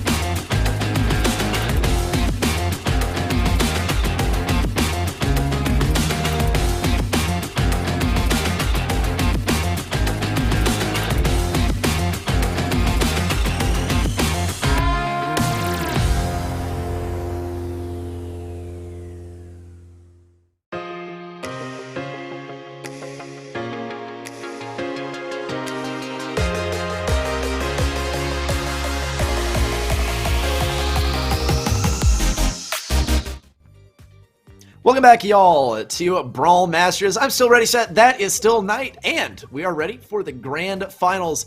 Night, this is pretty much the matchup that we were expecting, but we were reserving our predictions as to who is going to win the whole thing overall. Yeah, I think that West Coast should have this one based on some outside factors that may come into play. But if you talk about these maps here, we do have, Dueling Beetles. That's nothing out of the ordinary.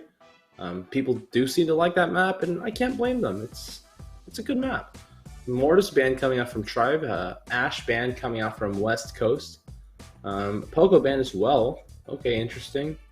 And let's see, maybe a Stu ban will come out from Tribe Gaming or a Max ban. Mostly probably targeting at Chepo. Let's take a look as Tribe locks this one in. This is true. I wonder if Brock will be banned out. I know that Zealand really enjoys his Brock. I also gotta say, like, this is the first time in Brawl Masters today that we have seen the ban phase as it is happening. It is so interesting to see the thought process, and you know, we really only get to infer, right, like what exactly the process was going on behind the scenes, and now we get to see it happening right now. So while we're waiting on that last ban, though, let's talk about the modes that have been banned out. Gem Grab and Brawl Ball are banned, and Siege is going to be banned by West Coast. So once again, it's going to be Dueling Beetles to start us off, and Layer Cake and Pit Stop. So this is a mix of maps, though, that we have not seen yet today, but of course, because the ritual demands it, we must start off with Dueling Beetles. Yeah, that's true. And last ban from this team could be like, I'm still trying to think of what he could ban, but anyway, Dueling Beetles players are maybe using like Leon. They might be using Leon, Bell, something along those lines. Sprout might be used as well, but it's a little less reliable. Oh yeah, Buzz. Of course, should be banned. And looks like Stu's in the open, and let's see how Chepo plays around that, because he's a beast with Stu. We saw him go crazy on the other games, and yeah, he'll go crazy again probably. Wouldn't be too surprising for sure. Yeah, probably will be crazy. I mean, Buzz, yeah, now getting banned out is going to leave, yeah, some big what ifs as to what's going to be played here. I know, though, that in our last match that we spectated from Tribe Gaming, that they did a pretty good job of anticipating when exactly the Ash play was going to come out. It seemed like they were just kind of one step ahead of Revenge Tour at most of the times, even though it did go all the way to set number 3. So will that be the same case for West Coast? I am not necessarily sure. These guys did meet in the Queso Cup already when West Coast was called Lemon Gaming. Now, different name, but same players, except, well, you know, Q Sands is in the mix now. So this is going to be a real banger, is really all that we can say from here. Yeah, that's right. This game is going to be a treat. So actually get a treat for yourself while we wait for this game to start. It should be coming in just a second. Obviously, the teams want to pick the right comps here. So if you don't pick the right comp in the first map and you lose, it's a little hit to the momentum. As we've talked about many times, it's really important how you start out a game. I'm curious to see how often the team who wins like the first game or the first set wins the entire match. Yeah, that is a good one. I mean, we can definitely get the analytics on that one later on. But you know, it does go without saying. It's not just, you know, anecdotal. You know, you ask the players, right, and look at the numbers. Momentum is such a huge factor, and I mean, we can see the attempts at breaking momentum, and we can see Tribe Gaming doing it as well. Look at how Tribe, right? They are number 1 in the region, and yet, why do they still throw up the Protesto, and why do they still spin when they win, right? They're not toxic, right? I would say it's definitely not a mark of GG either, because if it were, then you'd see the enemy team doing it. It is an attempt at disrupting the momentum, and it totally works, especially from a player perspective, right? It does get you kind of, you know, heated, and that's exactly what they want. It's a mind game, because I mean, it's not just about pressing the buttons, and it's most certainly not just about banning out modes and banning out brawlers and the brawlers that you pick. It's about getting in your opponent's heads as well. Yeah, exactly. And yeah, these are all strategies that you can use. Most commonly, you see it in like Clash Royale, where people just like BMing the crap out of their opponents. Just whenever there's like downtime, they're just spamming like a King Laugh emote. That's the exact same thing here. And you can get into your opponent's heads and just make them a little bit more angry, make them a little bit more aggressive. But obviously, the good teams like Tribe, they know how to reset. Every single game is a clean slate for them, regardless of if they won or lost. They use a fresh mindset, and that's what separates a lot of these teams from the other teams. If not the mechanical skill, it's the mindset of these players that can make a big difference. Yeah, mindset is huge, right? Being able to reset, to just wipe the last game off the record. I guess emotionally, right? You do want to be able to look back into the history and use that to predict what your enemy is going to be trying as far as strategy, as far as brawler picks and compositions. But being able to reset mentally and not let the state of the game get to you is the key to consistency. And we've heard about this. We've heard about this anecdotally, right, from teams in EU. Of course, BrawlMSTRS EU already happened yesterday, so make sure that you come by for both the EU and NA. Same time every single week, though. I mean, we talk about SK, right? And their coach is like always streaming on Twitch and, sharing how they do things and sharing his mindset and things. And one thing that he says is they will always completely reset, right? And they make a very big point of that. So not letting the momentum get to you is absolutely massive. So we'll see which teams are able to employ it in our first match, which should be coming up pretty soon. Yeah, and when I snap my fingers, this match will start. What? Come on. Wait, how'd that work? Wait, Knight, how did it? Don't tell me you're spectating them in game. Knight is either Knight is a wizard, I'm pretty sure. So I mean, we can save that one for later. For now, let's get to Tribe Gaming versus West Coast. The brawler picks from West Coast are certainly strong. Tribe Gaming are going to be bringing out Tyrant on the stew, but he is going to struggle pretty significantly. He's outranged on the left and mid, and on the right, he's countered by Spike. Yeah, no super picked up yet. 30 seconds into the game, Tyrant finds his first super, and Tribe Gaming finds the control of the map. Speed zone going to be dropped down here. Spike, life plant on the right-hand side, going to be taken out. Now, Shine's going to be the one who wants to be mostly dealing with this Spike, but Tyrant now, after Shine is down 2 life plants, has to really conserve these last few, is going to be an absolute menace. Just being able to dash around as he's so good at. I mean, this is Tyrant Star we're talking about. He's just a god when it comes to these kind of brawlers, which are very high skill cap. Chug Jug comes out from Zulan. Zulan, the local doctor, doing a really solid job here, making sure his teammates have the health to dish out that damage, and they do. 70% to 5%. Can they beat today's record, which was 100% to 6% from Gallant Esports? 18% left to fill this gap, and if any member from West Coast walks into the zone, they will. Oh no, it's still yeah. Oh, it's not happening. That's it. Oh no, am I going to have to eat my words here? Tribe Gaming are going to take this one 100% to 5%. Okay, a 1% improvement. Or I guess that's not really saying it too much. It's more like a 18% or however the math works out. A 1/6 improvement there. A single percentage knocked off of the record. So maybe that could be improved in the next game. Let's hope for the sake of West Coast that it is not. Dominating victory, though, for Tribe Gaming. Though I want to break down why exactly that happened, because it did seem like off the beginning of the game, Tribe Gaming were in for a really rough time, especially with the stew going into the Spike and then into 2 brawlers that outranged him and not being able to get that super very quickly. Yeah, there's a really good reason for that. Spike, obviously, you only have 3 gadgets. You can only use them so many times. Shine expended 2 within the first 45 seconds of the game, then had to hold on to number 3, which just held him back a lot for the rest of the game. And then also the reason why they were struggling at the beginning was Tyrant couldn't find a super until like 30 seconds into the game-ish. And once he got that first super, he could just go around, had the mobility. And once you get the first super, it's really, really easy to chain, obviously, because that's what Stu is good at. And yeah, it's really just about getting that first super at the end of the day. That's all you have to do with Stu. And after that, smooth sailing. That's why breakthrough is so OP. Not necessarily that you could go through a wall, but more that you could get a free super at the start of a game and just aggro someone and kill them in seconds. And it's why Edra's gadget was so ridiculous at first too, right? Because you got the free super off of that. Any ability that gives you anything for free is pretty valuable, and especially the free super is a big one. We have seen it everywhere in the game. Tribe Gaming, they are once again going to be picking up Tyrant to go on this stew, and there's a speed zone as well to give Zulon an advantage in the 1v1 here. He already had that 1v1 to begin with, admittedly.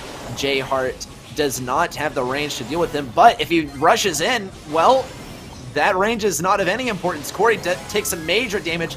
There's the Chuck Splash from Zulon onto Corey on the right side. Corey stays alive narrowly. One more shot on the Corey could net the kill, but instead he fires right back at Brock, Chepo, and Tribe Gaming. Despite being at a big disadvantage so far in the percentage, will get to occupy mid and try and tie things up. Yeah, they're pushing right back into this zone, closing in that gap, 15%, 14%, and Shine doing this surge again, as we've seen him do so many times today, and had a reasonable amount of success with the brawler, so it's not too shocking to see him running it again. However, he is low and must fall back. J-Jat gotta find his super. Chug Jug goes on to him, and a wall break from Corey is gonna give Tribe a overwhelming advantage here in terms of control, but at the same time they've got to win the objective, which is get that percentage up, and 10% lead is closing in from Tribe. Now they're reaching that 50% mark for both teams. Tyrant Star holding on to the super. Big rocket from Corey, and this is looking really good for Tribe Gaming. Tyrant gonna go in on J-Jet. Yeah, this is game over. I don't see how it goes right now. Yeah, well, we'll see how they handle the lack of a wall here. It looks to be worse for West Coast than it is for Tribe Gaming, because Tyrant would be able to use that wall, provided he is stuck up next to it and went for the spawn camp, but it doesn't even matter as long as Shine keeps on rolling out of mid with only the level 2. Oh, okay, I thought they disconnected for a moment, but no, they just went completely idle. No reason to move around. They already got the win. Tribe Gaming, they handily take set number 1. Yeah, that's what we expect from them. Tribe Gaming doing what Tribe Gaming does there. And yes, set goes to them. Next set, we're going to Bounty, which is a layered cake. And what do we got? Yeah, Brock. Yeah, that's what you do, Brock and tanks. Brock or tanks. It's pretty simple. There's 2 options. You pick one of them. Pretty much. And another thing to acknowledge here as well is that Hot Zone was West Coast's pick, so this is not looking too great for them. In fact, it's looking quite grim, as Tribe Gaming, now it's their time to step up to the plate. It's their pick, it's their home turf. This is what they wanted over Heist, admittedly, and I think these players would want most things over Heist. So Heist is a possibility, but West Coast are going to have to fight through the map that was not of their selection. Yeah, that's right. Not being able to win on the map you picked is huge. And yeah, usually when you pick a map, you expect to be winning on it because you know what your team is good at. And yeah, that's dueling Beetles. What we saw West Coast dominantly winning against every single team so far in this tournament. And yeah, they lost to Tribe. Tribe even got one of the records today. So that says a lot about how good Tribe is. Yeah, it does say a lot about how good Tribe is. We'll see, how they face up against the rest of the teams around the world at Worlds in just a little bit over a month. For now, though, yeah, we will continue to size them up versus other teams in NA. West Coast, they look like a very realistic competitor for taking up one of those world spots next year in the next BSC season. Though, let's see if they'll be occupying one of the top spots, the top 3, in fact, for BrawlMSTRS this season. They've already gotten to second place minimum, but let's see if they're able to take that 1K, a huge prize for themselves. Shine pushes up super aggressively. Ooh, and he does get shut down by Corey. Zulon once again steps up to the plate to try and gain. They are fighting at a deficit, though. Yeah, interesting to see the tick being picked, especially into a Brock. Maybe they think it's a necessity, but I don't know. that's their decision, and they probably just personal preference. But it is Tribe with a 3-star lead, although a kill on Zooland will send the lead back over to the side of West Coast. Tyrant and J-Jet here for a 1v1 melee style, but doesn't find the kill. Cora using his last rocket to take down some of those walls on the left-hand side and deal with Chepo a little bit more effectively, but they find a lot of kills. But a kill onto Shine or J-Jet will send the lead back into the hands of Tribe, and with over 50 seconds left in regulation, it's still anyone's game up for grabs here. Yeah, Shine does have that pull, though, in case Tribe Gaming gets too aggressive. If they get especially close, that damage amp from Tyrant is not going to hit. Zulon now tries to push up the left side, or perhaps rotate over the mid. Corey would be a little bit more favorable on the left side, though. Chepo is not going to leave this spot. This is such an amazing spot for Tick on Layer Cake. He's not really visible, and he's in a little bit of a corner over here where he's difficult to touch. Now, Corey could get some splash damage onto him, but it does not appear that is going to happen. J-Heart does go for some damage, does get some good damage on Zilon. Shine keeps on tickling these guys down. 3 stars is the difference maker. Shine is going to bait Corey in. There's the kill. And Tribe Gaming does pick up a kill. It's a 1-star difference. And that is going to be the win for West Coast, taking themselves away from that match point for Tribe Gaming, keeping themselves in the running on the map that they were less favored on, and perhaps from a comp perspective, less favorable to win night. As you mentioned, Chepo picking the Tick rather than Brock here, but I mean, judging by the way that Chepo was playing versus Brock, I mean, it was actually pretty stellar. Chepo is a great Tick. He's also a great Brock, so I think it takes a good Brock to know how to play against Brock in a scenario where you are a little bit outmatched, but it was a consistent outrange for me. Yeah, absolutely. And taking a look at this next game here, they might probably just go with the same comp because they feel confident with how it's going to work against those other brawlers. And yeah, we wouldn't be too surprised to see that. Yeah, I wouldn't be super shocked either. West Coast, though, like, will they use the Tick once again? Because it worked versus the Brock, and it worked pretty well. Shine was able to do pretty well on the Gene. I mean, these guys, they were really outranged in a few respects. Tick, they were able to get some pretty good range with, but you didn't have necessarily, like, the commanding presence. But Chepo consistently able to hit those shots, right? Just a little bit of damage at a time, just under 1,000 damage at a time. He was able to get those Tick supers rolled out. And the difference in reload speed between Brock and Tick was pretty much nullified because Brock was now forced to expend those rockets on dealing with the Tick super.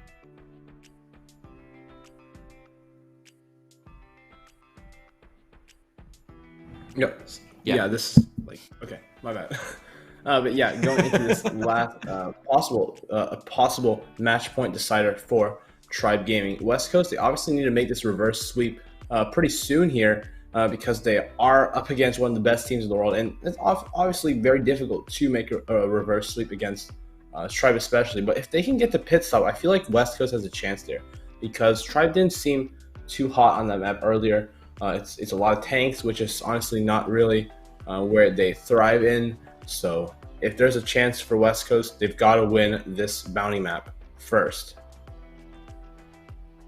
Yeah, and they have a couple of games to work with here. If they let the momentum get to them, then they might even just have one game to work with here, because a win for Tribe puts them just within arm's reach of that match point.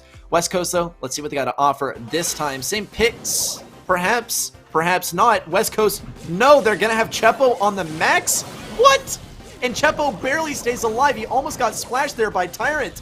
Shine, though, does want an angle on a Tyrant, but there's a wall break already. It looks not very winnable, to put it nicely. Tribe Gaming, they already have the lead here. Chepo is hanging on to that blue star, but it doesn't really mean much when they are not defending the lead. Yeah, look at that early lead for Tribe Gaming. Only 30 seconds in, and they find a lot of kills.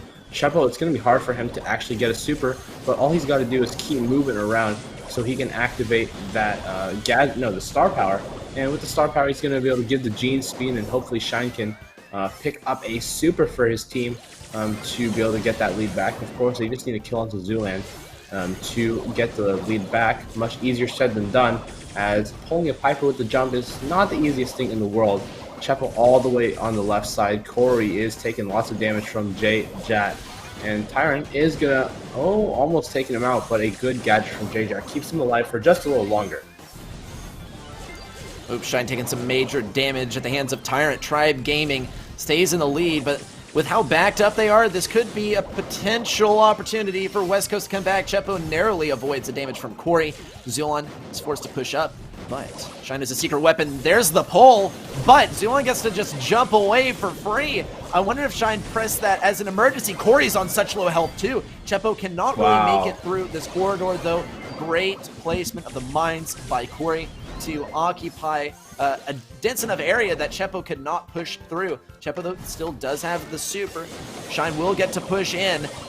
And will Chepo get the kill? Wow, and the healing from Shine will keep Chepo alive, but for what? 17-4. It is a Tribe Gaming win. Zulon with the 7 stars is looking so clean. And this is a match point for Tribe. Yeah, Zulon has built a flower on top of his head there, and just seemingly not able to be killed as he sat in the corner sniping through those 2 walls. Really, really nice play from there. And yeah, what Tribe Gaming is moving the match point. West Coast maybe has to change up the comp because, I mean, Max and Gene, I'm not sure if that's the best call here.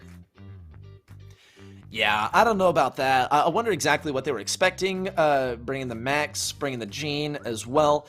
It did seem to fall pretty flat on its face at first. Now, they were able to push in pretty well towards the end and, get some kills here and there, but they were not able to strong arm that spawn trap strategy onto Tribe Gaming. And in fact, Tribe Gaming was able to just take this massive lead.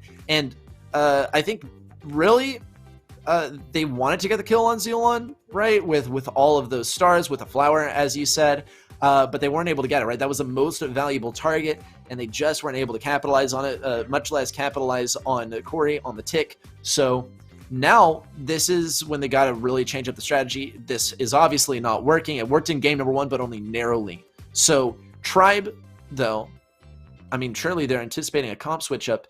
It's really, really confusing as to what these teams are going to be choosing on the match point. Yeah, it comes down to their last picks here for sure. And Tribe, if they go with the same Piper pick, and in your West Coast, maybe you go something more aggro to be able to kill that Piper more easily. Yeah, so now we just got to ask ourselves a question of what are the comp picks going to be? Because Gene wasn't able to really capitalize on it. We saw Chepo, right, go straight for that blue star and then rush back, and that was supposed to allow some time for Shine to build up the super and then bait Tribe into the offense. But let's see what Tribe has to offer this time. Much different comp. In fact, they got Tyrant on the Leon, and West Coast, they are sticking with their guns. They are swearing by Chepo on Tick and Shine on Gene. What's this on the right side? J-Heart on the Brock. This is looking pretty good as they already pick up a kill on the right side, but Tribe Gaming still leads. 1 kill, plus that blue star is getting nothing to lead so far. Yeah, Tyrant placing that invisibility totem a little further back, able to just keep it alive and poke away from the safety of the invisibility totem. Obviously, he just needs to find the first super to be able to go in. Now up against Chepo on his right-hand side, but being pinched by Corey. And Tyrant is Chepo. Oh, Tyrant, can he get the kill? Oh, barely gets out. Oh, no. Yeah, okay, he got out of there. Really, really good dodges from Tyrant Star. Corey placing down those bear traps in the back here. That's usually a lot of people wonder why they are placing them so far at the back, but towards the back end of the game, it becomes really useful because when they're pushing into you and you have a star advantage, they trip all those mines and they just die. Yeah, it's going to be a tough one to push in here versus all of those mines that are scattered and, well, maybe not scattered, really lined up along a very specific trajectory. It is going to get the kill onto J-Heart. He's not able to dodge it out. It gets the lead for Tribe Gaming now. It goes to show how impactful those nest eggs can be. when they are lined up like that. Zulon has a super ready to go, and Shine is looking like a perfect target, though Zulon changes focuses onto J-Heart. West Coast is able to get a kill off of it, but they are behind by that tie-breaking blue star. Chepo, though, does have the super ready to go. He's gonna toss around the left side. Shine has the pull. It misses. It doesn't get onto Tyrant, but Tyrant gets taken down anyway. And Tribe Gaming stays ahead by just that blue star. Tribe Gaming are your victors for the first qualifier for Brawl Masters Fall 2021. Wow, really well played by Tribe Gaming here. They take the win, as probably most people expected. Maybe I was a little wrong on the prediction, considering I thought there were some other factors in play. Maybe Tribe overcame them. I'm not 100% sure, but regardless, they deserve this win for sure. West Coast is going to be a strong team next week as well. It would be great to see both these teams in the playoffs. It would be just great competition overall, and who wouldn't like that? Yeah, I mean, here's another thing to consider is the seeding, right? It did seem like West Coast had some very tough times with their seeding. First, facing off against O.O, then they faced off against STMN, and then, I mean, it's just colossal how they were able to pull through all of this. Let's take a look at the bracket and see the complete journey of our victors today. Tribe Gaming are your winners of the first Brawl Masters Open qualifier. They had a tough path through West Coast, but they were able to pull through with a 2-0 nonetheless. I think West Coast, though, had it considerably harder. I mean, facing off for Zo.O, then STMN, as we mentioned, then LDU, and finally Tribe Gaming. They weren't able to defeat the final boss, but we'll be seeing what they got to bring to the battle next week. Absolutely. This doesn't end here. We've got 4 more weeks of competition coming up, 2 more regular qualifiers, 1 last chance qualifier, and 1 playoffs date. So yeah, stay tuned for all of that. Tribe already won this one, but that doesn't mean they're qualified yet. They've still got a couple of qualifiers to go through because nothing is guaranteed based on the current setting of the points. Yep, well, that does it, though, for our first open qualifier of Brawl Masters. Make sure, of course, to check out the Brawl Masters social so you can keep up to date with how things are going on in the tournament and get some nice updates on the state of Brawl Masters. Of course, we want to thank G Fuel for being such an awesome sponsor and keeping us running here at Brawl Masters. Another thing as well is, as far as the socials you need to tune into, Instagram, YouTube, Twitch, and of course Twitter, where we'll be having some polls as we approach the finals as to which maps you want to see played, also for the last chance qualifier. But with that, that does it for Brawl Masters Night. Anything you want to say to close us out? Yeah, thanks for sticking with us over all these games. We saw some underdogs really show their faces today, being some of the top teams. Obviously, the end result was Tribe winning, which is, I guess, yeah, it happens because it's Tribe and they're good. So, yeah, we hope to see a lot more from these teams, and we hope to see you guys back next week. Don't forget, though, EU is actually on Thursday, and then this is on Friday. So tune in for all the coming matches, and they'll be on Twitch and YouTube, as Ready, Set, Said. Yep, same time, same place on YouTube or Twitch, y'all. This has been Brawl Masters, the first open qualifier. We'll see you next week for the second open qualifier.